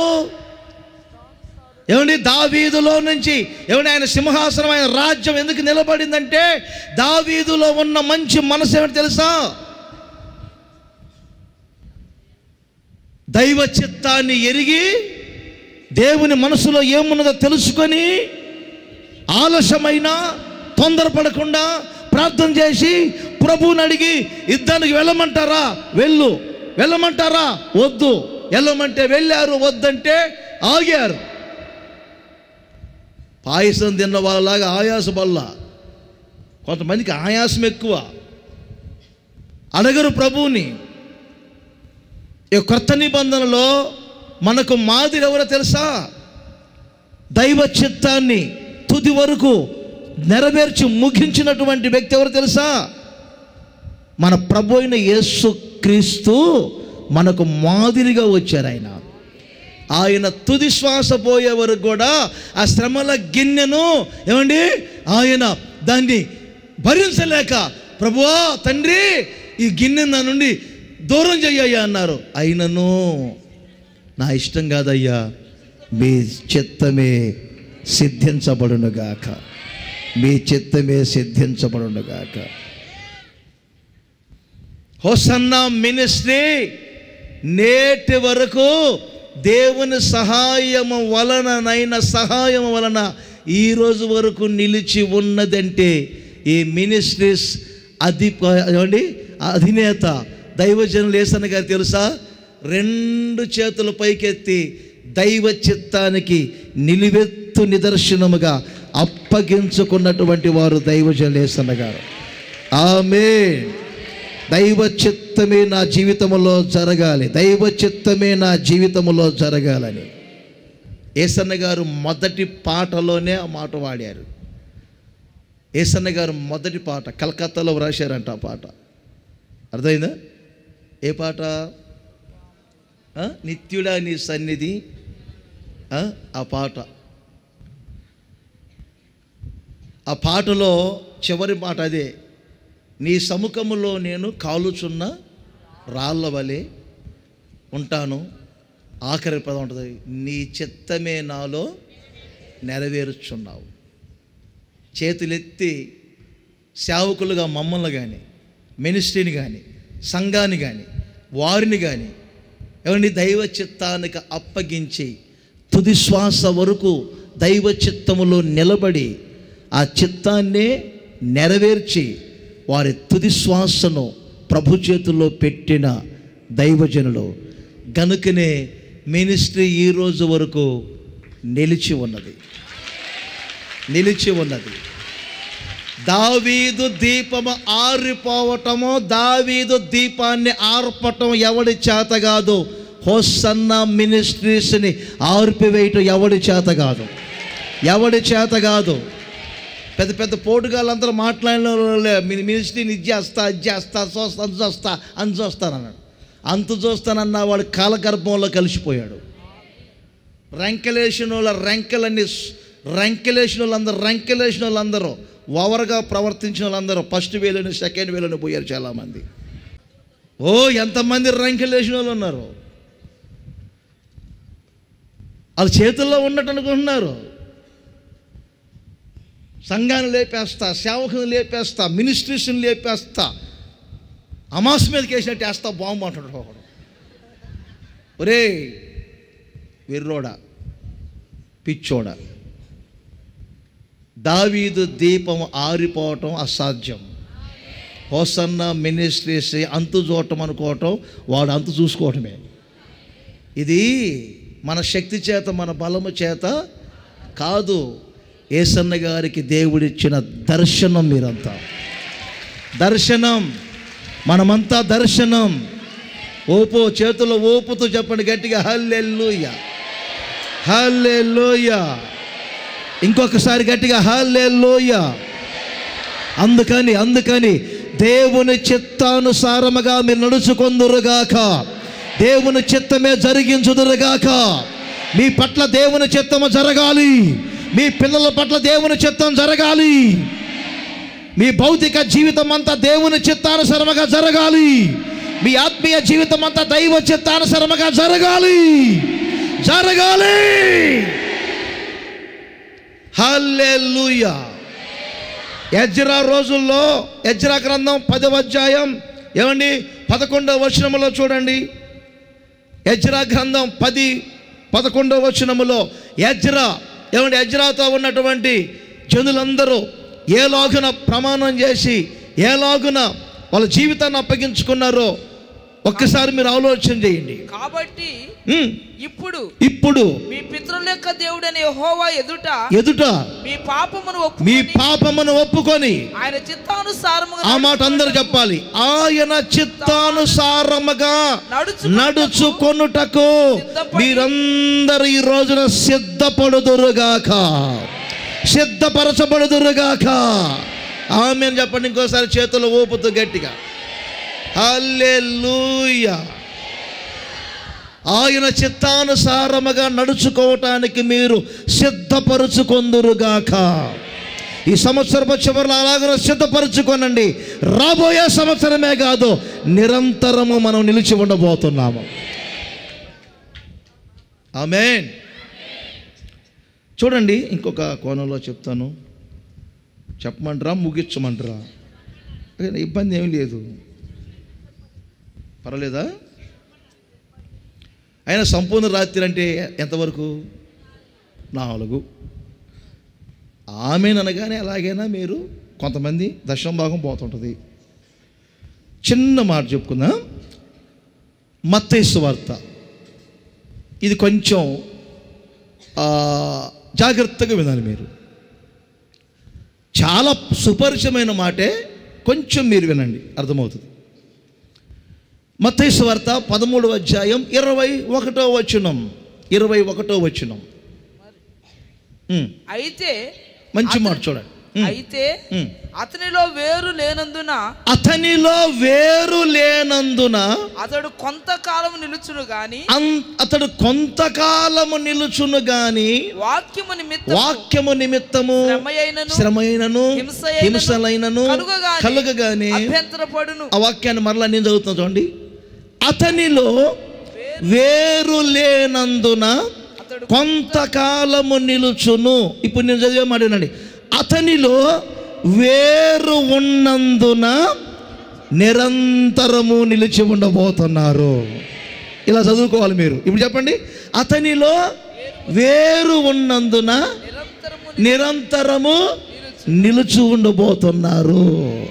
వేరు ఉన్నవారు నిరంతరము నిలుచుదురు, వేరు లేని వారు కొంతకాలమే నిలుచుదురు. యేసయ్య విత్తనముల ఉపమానం చెప్పారు. చాలాసార్లు మీకు తెలుసు.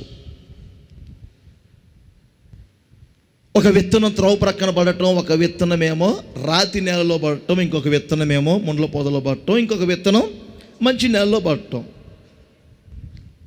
విత్తనం ఇచ్చిన దేవునిలో లోపం కాదు, విత్తనం అనే వాక్యం లోపం కాదు, విత్తనం విత్తుతున్న దైవ సేవకుల లోపం కాదు, పడిన స్థలం లోపం. ఆ 3 స్థలాలు వ్యతిరేకంగా ఉంటే ఒక స్థలం అనుగుణంగా ఉంటుంది. త్రోవ ప్రక్కన పడిన విత్తనం పక్షి నోట్లో పడింది, రాతి నేలలో పడిన విత్తనమేమో ఎండిపోయింది. ఏమండి, ముండ్ల పొదలో పడిన విత్తనమేమో అణిచివేయబడింది. తేల్చి చెప్తున్నా మీకు. ఇది ఒక్కొక్క స్వభావం గురించి యేసు ప్రభు చెప్పారు. త్రోవ ప్రక్కన పడిన విత్తనం ఉపమానం ఏం చెప్పారంటే, యేసయ్య వినేటప్పుడు మాత్రం బాగా ఆసక్తిగా వాక్యం వింటారు, అవతలకి వెళ్ళిన తర్వాత వాక్యాన్ని మర్చిపోతారు. అద్దములో ముఖాన్ని చూసి ముఖాన్ని మర్చిపోయినట్లుగా వాక్యాన్ని మర్చిపోతారు. సాతాను వారి హృదయంలో నుంచి వాక్యమును ఎత్తుకుపోతారని వాళ్ళ గురించి చెప్పారు. ఇప్పుడు ఈ రాతి నేల మీద పడినటువంటి విత్తనం గురించి ఏం చెప్పారంటే, యేసయ్య కొంచెం మన్ను ఉంది, వేరు కొంచెం వెళ్ళింది. అర్థమైందా? ఆ వాక్యం విన్నప్పుడంట చాలా సంతోషిస్తారంట, చాలా సంతోషిస్తారు.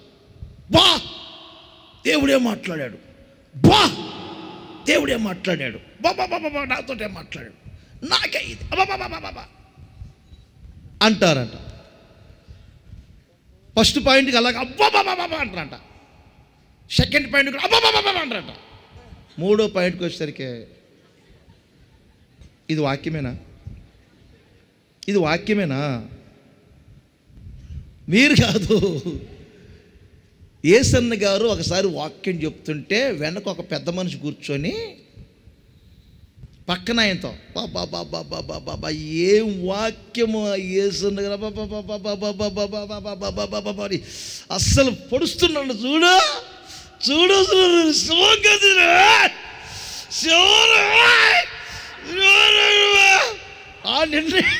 వాడు నిందిస్తే కదా వాక్యం. సింహం కదా అది, మనిషి సింహం అర్థం కావట్లేదా?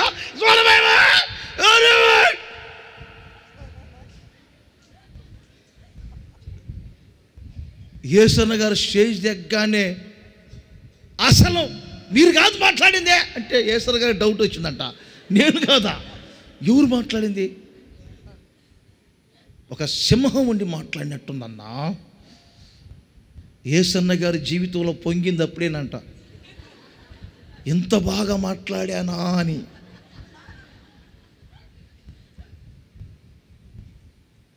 తెల్లారి సభకు వచ్చారంట. రెండో రోజు సభ ఉంది కదా, ఆయన ఇంకా పెద్ద లాంగ్ నోట్ బుక్ తెచ్చుకున్నారు సబ్జెక్ట్ రాద్దామని. యేసన్న గారు రెండో రోజు ప్రసంగం చెబుతూ కొంతమంది పెద్ద మనుషుల్లా కూర్చుంటారు. గుంటూరులో ఒక పెద్ద ఇల్లు ఉంటుంది, విజయవాడలో ఒక చిన్న ఇల్లు ఉంటుంది అని అంట. పెద్ద ఇల్లు అంటే పెద్ద ఇల్లు కాదు, పెద్ద భార్య. చిన్న ఇల్లు అంటే చిన్న భార్య. ఆ పెద్ద ఆయనకి 2 భార్యలు ఉన్నారంట. ఇక అంతే, ఆ మాట వినగానే బైబిల్ జిప్పేసి ఇటు తిరిగాడంట. ఆయన పొడిచాడు కిందాక. అది వాక్యమేనా, అది వాక్యమేనా అంట. ఈ పెళ్లి పేరటం లేని వాళ్ళకి ఎవడికి ఎన్ని ఇల్లుంటే ఆయనకి ఎందుకంట? అది వాక్యమేనా? అది చెప్పు. ఇది ఎవరు? రాతి నేల మీద పన్నోళ్ళ సంగతి. కొంచెం అనుకూలంగా వచ్చినప్పుడేమో అబ్బా అంట. కొంచెం కొట్టిందనుకో వాక్యం, వేసిన మూసుకో. ఇక లోపల చూస్తుంటారు జంగిపిల్లు చూసినట్టు. ఇలాంటి వాళ్ళకే సొలొమోను అయితే మరలా నీ ముసుగుకుండా అని చెప్పి ఇంకొక ప్రేమ గీతం రాయొచ్చు.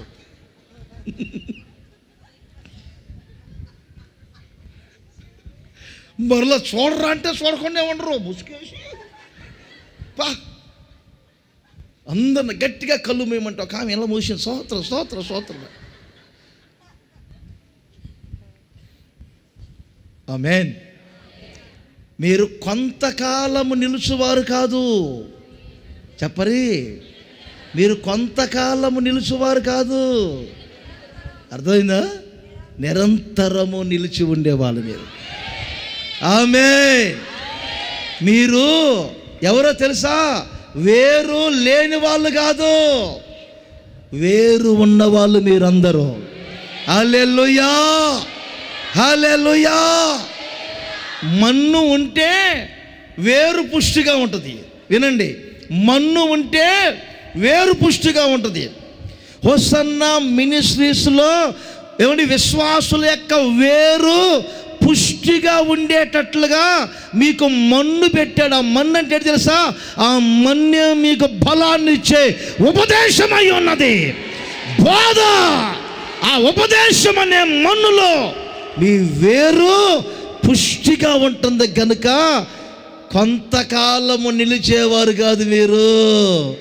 కొంతకాలం నిలిచేవారు కాదు మీరు, నిత్యము నిలిచి ఉండబోతున్నారు మీరందరూ. చప్పట్లు కొట్టాలి సంతోషంగా. నిత్యము నిలిచి ఉండబోతున్నారు, నిత్యము నిలిచి ఉండబోతున్నారు. వేరు ఎండిపోయింది కొంతమంది జీవితంలో. బైబిల్లో వ్రాయబడిన మాటలో వేరు ఎండిపోయింది కొంతమంది జీవితంలో, కొందరి జీవితంలో వేరు ఏమంటే కుళ్ళిపోయింది. వేరు మీదే ఒక ప్రసంగం చేశా చాలా రోజుల క్రితం, అది సంవత్సరం చివరిలోనే చేశా. వేరు అనే మీ లోపట అంతరంగ జీవితం, మీ అంతరంగ భక్తి, మీ ఆత్మకు చెట్టు పైన ఒక భాగం ఉంటుంది, చెట్టు లోపట ఒక భాగం ఉంటుంది. చెట్టు పైన ఏమంటే బాహ్య జీవితాన్ని చూపిస్తుంది, చెట్టు లోపట అంతరంగ జీవితాన్ని చూపిస్తుంది. అర్థమైందా? బాహ్య జీవితం బాగుండాలంటే ఇప్పుడు అంతరంగ జీవితం బాగుండాలి. వేరు బాగుంటే చెట్టు బాగుంటుంది. ఆమేన్ చెప్పండి గట్టిగా. ఇప్పుడు చెప్పండి, వేరు బాగుంటే చెట్టు బాగుంటుంది. మీ వేరు ఎండిపోకూడదు, మీ వేరు కుళ్ళిపోకూడదు, మీరు చేదైన వేరుగా ఉండకూడదు. బైబిల్లో వ్రాయబడింది, రోమాపత్రిక 11వ అధ్యాయం 16వ వచనం. రోమాపత్రిక 11:16 త్వరగా. ముద్దలో మొదటి పిడికెడు పరిశుద్ధమైనదైతే అయితే ముద్దంతయు పరిశుద్ధమే. ముద్దొద్దు, ఇప్పుడు మనకు కావాల్సిన వేరు. వేరు పరిశుద్ధమైనదైతే, వేరు పరిశుద్ధమైనదైతే కొమ్మలను పరిశుద్ధములే. ఇప్పుడు చెప్పండి, వేరు పరిశుద్ధమైనదైతే మీ అంతరంగ ఆత్మ, మీ అంతరంగ జీవితం ఏమండి పరిశుద్ధమైనదిగా ఉండాలి. ఇప్పుడు చెప్పండి, చేదైన వేరుందా లేదా? ఏషావు విషయంలో ఏమని రాయబడింది? చేదైన వేరు ఏదైనా మొలుస్తుందేమో. మీ అంతరంగం అంతా ఈ సంవత్సరపు చివరిలో చేదు అనుభవాలుగా మార్చుకోవద్దు. లోపల అంతరంగ జీవితం ఏమైనా చేదుగా ఉండకూడదు. చేదైన అనుభవాలు, విషపు స్వభావాలు ఉండకూడదు. వారి నాలుకల కింద నాగుపాముల వంటి విషము కలదనంటుంది వాక్యం. పట్టణం పైకి చూడటానికి బాగానే ఉంది, ఎరుకో పట్టణం, లోపట ఓటలన్నీ ఎవరి చెడిపోయినాయి. మీ అంతరంగ జీవితం చేదైన అనుభవాల్లో ఉండకూడదు. మీ అంతరంగ జీవితం ఎండిపోకూడదు. పైకి మాత్రం భౌతికంగా కారు కొన్నాను, ఇల్లు కట్టాను, స్థలాలు కొన్నాను, పొలాలు కొన్నాను, ఏమైనా అన్నీ బాగానే ఉన్నాయి, బాగానే పైకి వెళ్తున్నాం అనుకుంటారు. కానీ ప్రార్థనా జీవితం దగ్గరకు వచ్చేసరికి ఏమండి తగ్గిపోతుంది. వాక్య ధ్యానం దగ్గరకు వచ్చేసరికి తగ్గిపోతుంది. పరిశుద్ధతను కాపాడుకునే విషయంలో ఏమండి లోపించిపోతున్నారు. బాహ్యం బాగానే ఉందనుకుంటున్నారు, కానీ ఒక రోజున తిన్నగా ఆకులు వాడిపోయి, పూత రాలిపోయి, కొమ్మలన్నీ ఎండిపోయి, చెట్టంతా కూడా ఎండిపోయే పరిస్థితి వస్తుంది. దీనికి లోపం ఎక్కడిప్పుడు? వేరు కులిపోతే, వేరు ఎండిపోతే, వేరు ఏమండి చేదైనదిగా మార్చబడితే. అందుకని వాక్యం ఏమంటుంది? వేరు లేనందున వాళ్ళు కొంతకాలం నిలబడుతున్నారు. మనం వేరు లేని వాళ్ళం కాదు, మనము వేరు ఉన్న వాళ్ళము గనుక నిరంతరము నిలిచి ఉండబోతున్నారు. ఆమేన్. 80వ కీర్తనలో 9వ వచనములో ఏమని వ్రాయబడింది? 80వ కీర్తన 9వ వచనములో దాని వేరు లోతుగా పారి. ఆమేన్ చెప్పండి ఒకసారి గట్టిగా. ఓసన్న మినిస్ట్రీస్లో మీ వేరు లోతుగా పారునుగాక. ఈ 10 రోజులు ఇంకా లోతుగా లోతుగా లోతుగా లోతుగా లోతుగా లోతుగా లోతుగా పారాలి. పరిశుద్ధమైన వేరుగా ఉండాలి. అప్పుడే దేశమే కాదు ప్రపంచమంతా వ్యాపించుదురుగాక. ఆమేన్. చేతుల పైకి చెప్పండి గట్టిగా, హల్లెలూయా.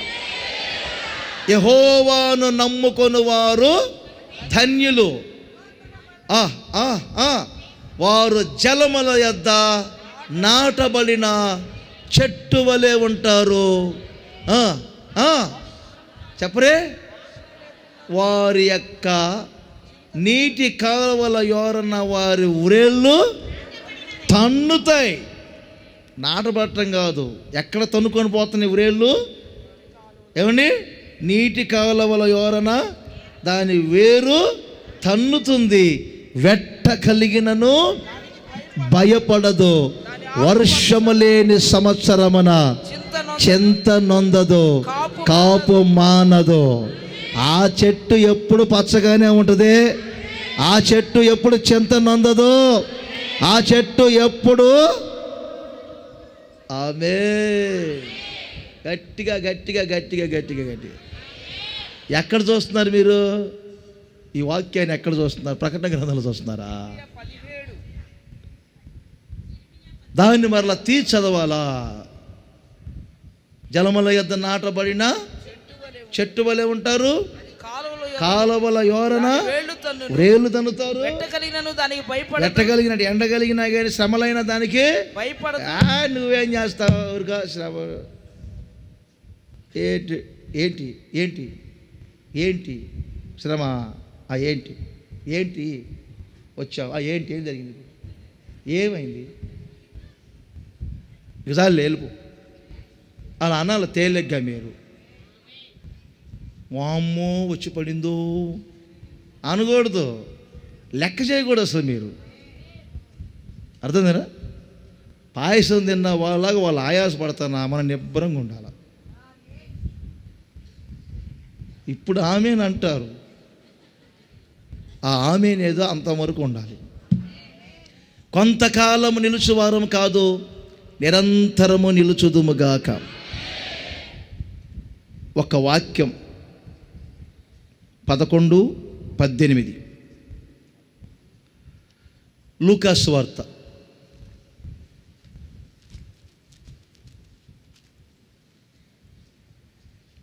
సాతానును, అదే సాతానే, తనకు వ్యతిరేకముగా తానే వేరుపడిన ఎడల వాని రాజ్యం ఎలాగు నిలుచును?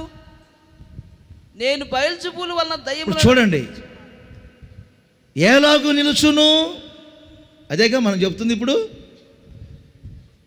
అతడు ఎలాగూ నిలుచును, అతడు ఎలాగూ నిలుచును. చివరికి ఒక చిన్న మాట ఏం చెప్తున్నానంటే వినండి. సంవత్సరపు చివరిగా ఇక మళ్ళీ మీకు ఈ సంవత్సరం మీకు వాక్యమే చెప్పను నేను. ఇక నెక్స్ట్ ఇయరే మరలా. ఓకే, లేదండి.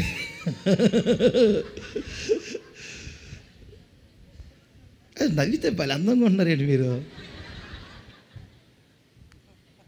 ఇంత కళ ఎక్కడి నుంచి వస్తుంది అసలు మీకు?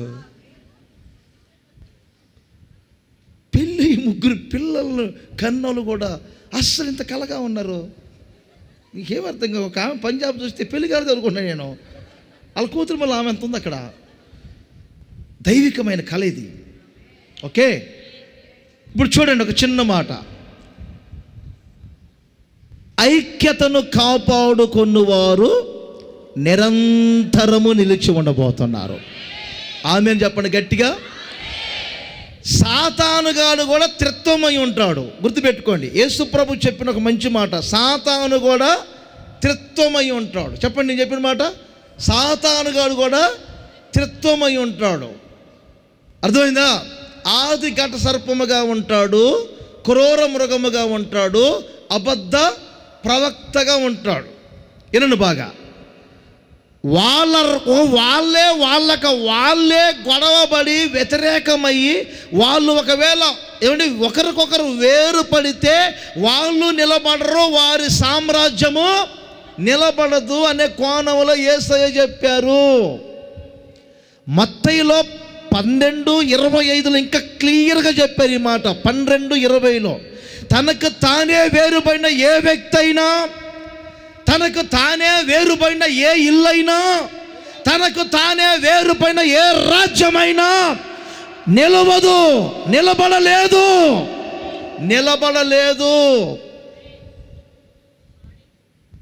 దాని అర్థమేంటి తెలుసా? సంఘ బిడ్డలకు, దైవ సేవకులకు ఆత్మ కలిగించు ఐక్యత ఉండునుగాక. అందరి చేతులు ఊపుతూ చెప్పండి గట్టిగా, హల్లెలూయా. ఓపాల చేతులు ఓపాల గట్టిగా. ఇప్పుడు చెప్పండి, ఆత్మ కలిగించు ఐక్యత. ఇంకోసారి చెప్పండి, ఆత్మ కలిగించు ఐక్యత. ఈ ఐక్యతలో 3 అనుభవాలు ఉంటాయి. అదే 133వ కీర్తనలో మనం నేర్చుకునేది. నేను చెప్తాను. ఈ ఐక్యతను దేనికి పోల్చారు? ఒక పరిమళ తైలానికి పోల్చారు. చాలాసార్లు చెప్తా ఉంటాం. అది అహరోను తల మీద పోయబడి, ఏమండి కొద్దిగా ఆవేశం ఎక్కువ మీకు, అంతలోకి మీరు అంగీల దగ్గరికి వెళ్తే ఎలా? గడ్డం లేదా? స్పీడ్ ఎక్కువ, కొంచెం ఆగవచ్చు కదా. అలాగే అంతా బాగండి. తల మీద, గడ్డం మీద, అంగీల అంచు మీద ఈ ఐక్యత అనే తైలం అనే ఐక్యత. ఈరోజు మీకు ఒక చిన్న మాట చెప్తున్నా. చాలాసార్లు ఈ కోణంలో చెప్పాను నేను. తల అంటే మన ప్రభు అయిన యేసుక్రీస్తు. ఎవరితో మీకు ఐక్యత ఉండాలి? యేసుక్రీస్తుతో మీకు ఐక్యత ఉండాలి. ఒక్కసారి యేసయ్యతో గొడవ పెట్టుకున్న వాళ్ళందరూ చేతుల పైకే తల్లేలి అని చెప్పండి.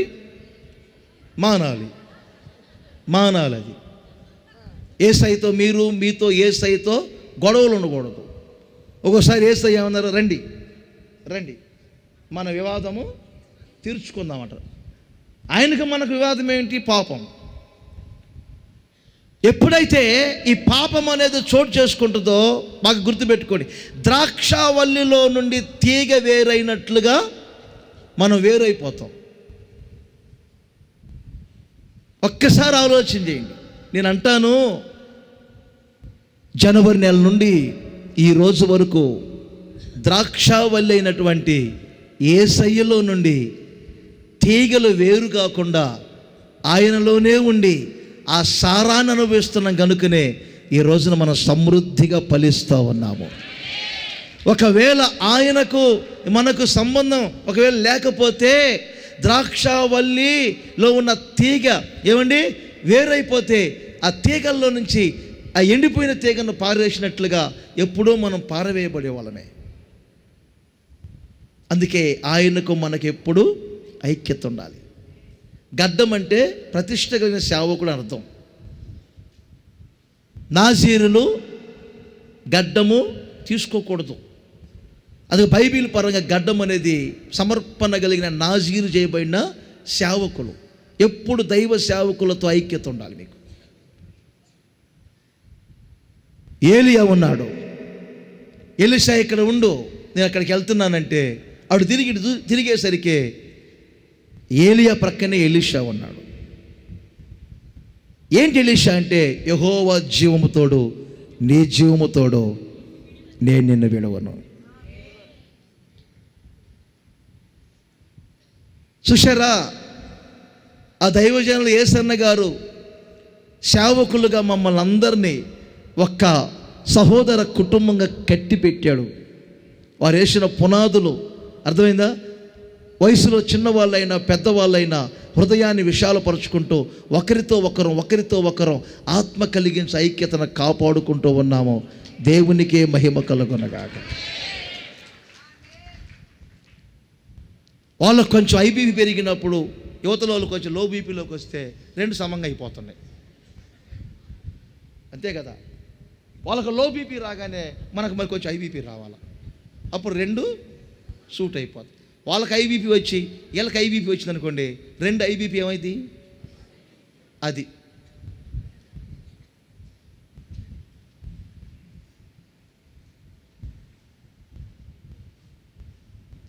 మీరు కూడా సేవకులతో ఐక్యత, సంఘ ఐక్యత. వేరు పడితే నిలబడలేరు. మరొకసారి చెప్తున్నా, సంఘములో నుంచి వేరైతే నిలబడలేరు, సేవకుల్లో నుంచి వేరైతే నిలబడలేరు, దేవుల్లో నుండి వేరైతే నిలబడలేరు. నా మట్టుకు నేను చెప్తున్నా హోసన్నా మినిస్ట్రీస్ ఐక్యతే నన్ను ఈ స్థాయికి తీసుకొని వచ్చింది.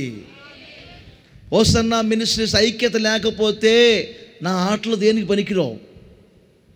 నా అంతటి నేను నిలబడలేను. నేను మాటకారిని కావచ్చు, ఉపదేశాలు చెప్పవచ్చు, అది కానీ ప్రకటన గ్రంథం వరకు మొత్తం త్రిప్పేవాడిని ఉండొచ్చు. నా బలం, నా ప్రతిష్టత, ఏమండి మినిస్ట్రీస్, నా బలం, నా ప్రతిష్టత, మినిస్ట్రీస్లో ఉన్న దైవ సేవకులు, మా కొరకు రేయింబగలు నిత్యం మీరు చేసే ప్రార్థన,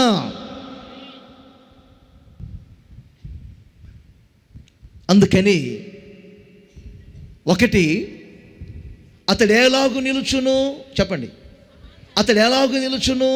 మొదటి మాట ఏమండి, సమాధాన పరుచు వారిగా ఉండాలి. రెండవది, దైవ చిత్తమును జరిగించువారిగా, నెరవేర్చువారిగా ఉండాలి. ఓకే, నిరంతరం నిత్యం నిలిచి ఉండే వాళ్ళకి. మూడవది ఏంటి, మీ వేరు ఏమండి, వేరు పరిశుద్ధముగా, వేరు ఎప్పుడు పుష్టిగా, వేరు కలిగిన వ్యక్తులుగా మీరు నడిపించబడాలి. ఫైనల్గా ఐక్యతలో మీరు నిలబడాలి, ఐక్యతను కాపాడుకోవాలి. ఈ 4 అనుభవాలు మీలో ఉంటే దేవుడు మిమ్మల్ని నిత్యము నిలుపునుగాక, నిరంతరము నిలుచుదురుగాక. అందరు చెప్పండి, అది జరగదు. ఓపండి ఓపండి ఓపండి ఓపండి. అది జరగదు, అది జరగదు. అతడు నిలుచును, అతడు నిలుచును, అతడు నిలుచును. ఏది మీకు జరగదు, మీరు నిలిచి ఉంటారు. అభయమిస్తున్నా, ఈ వాక్య ప్రకారంగా మీరు నడుచుకోండి. 2025వ సంవత్సరంలో మీరు అందరూ ప్రవేశించబోతున్నారు. ఒక దైవ సేవకుడికి పర్మిషన్ ఇచ్చాను, మీకు లైసెన్స్ ఇచ్చేసాను. 2025వ సంవత్సరంలో మరలా మీరు అందరూ ప్రవేశించబోతున్నారు. ఆమేన్. ఏదొక్కసారి అందరూ లేచి నిలబడండి. ప్రేమాస్వరూపి, దయావాత్సల్యత గల దేవ, ఈ మధ్యరాత్రిలో మీరు మహిమగా మా మధ్యలోనికి దిగి వచ్చినందుకే స్తోత్రం. నిజమే ప్రభువా, ఈ సంవత్సరం ఆరంభము నుండి ఎన్నో ఉపద్రవాలు, ఎన్నో పోరాటాలు, ఎన్నో శ్రమలు, మిడత లాంటి దండు ప్రభువా, వేదన పరిచిన అనుభవాలు, ప్రవాహం లాంటి సమస్యలు, అగ్ని వంటి సమస్యలు నీ ప్రజల్ని, సంఘాన్ని వేధించగా నా తండ్రి, ఈ రాత్రి మీరు ప్రత్యక్షమై నీ ప్రజలకు మీరు ఇచ్చిన అభయ వాక్కులను బట్టి స్తోత్రం తండ్రి. నీ ప్రజల్ని ఈ రాత్రి మీరు ధైర్యపరిచినందుకే స్తోత్రం. ప్రతి కలవరాన్ని మీరు కొట్టివేసినందుకే స్తోత్రం తండ్రి. ప్రతి వారికి మీరు ధైర్యాన్ని ఇచ్చినందుకే స్తోత్రాలు చెల్లిస్తున్నాం. దయగల దేవా, నిజమే ప్రభా, లోకంలో ఉన్న మనుషులు రకరకాలుగా అనుకున్నప్పటికీ అది జరగదు, అది జరగదు.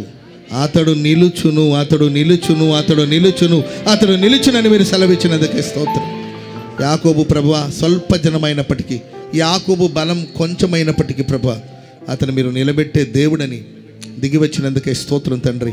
మీ మాటలన్నిటిని బట్టి స్తోత్రం ప్రభా. సమాధానపరచువారు నిలబడతారని, నీ చిత్తాన్ని జరిగించేవాళ్ళు నిలబడతారని, ఎవరి జీవితంలో లోతుగా వేరు పారుతారో వాళ్ళు నిలబడతారని ప్రభా, ఐక్యతను ఎవరైతే కాపాడుకుంటారో వాళ్ళు నిలిచి ఉంటారని చెప్పిన మాటలన్నిటిని బట్టి స్తోత్రం. నీ మాటలన్నీ నీ బిడ్డల జీవితంలో నిశ్చయముగా స్థిరపరచబడి నెరవేర్చబడునుగాక, నెరవేర్చబడునుగాక.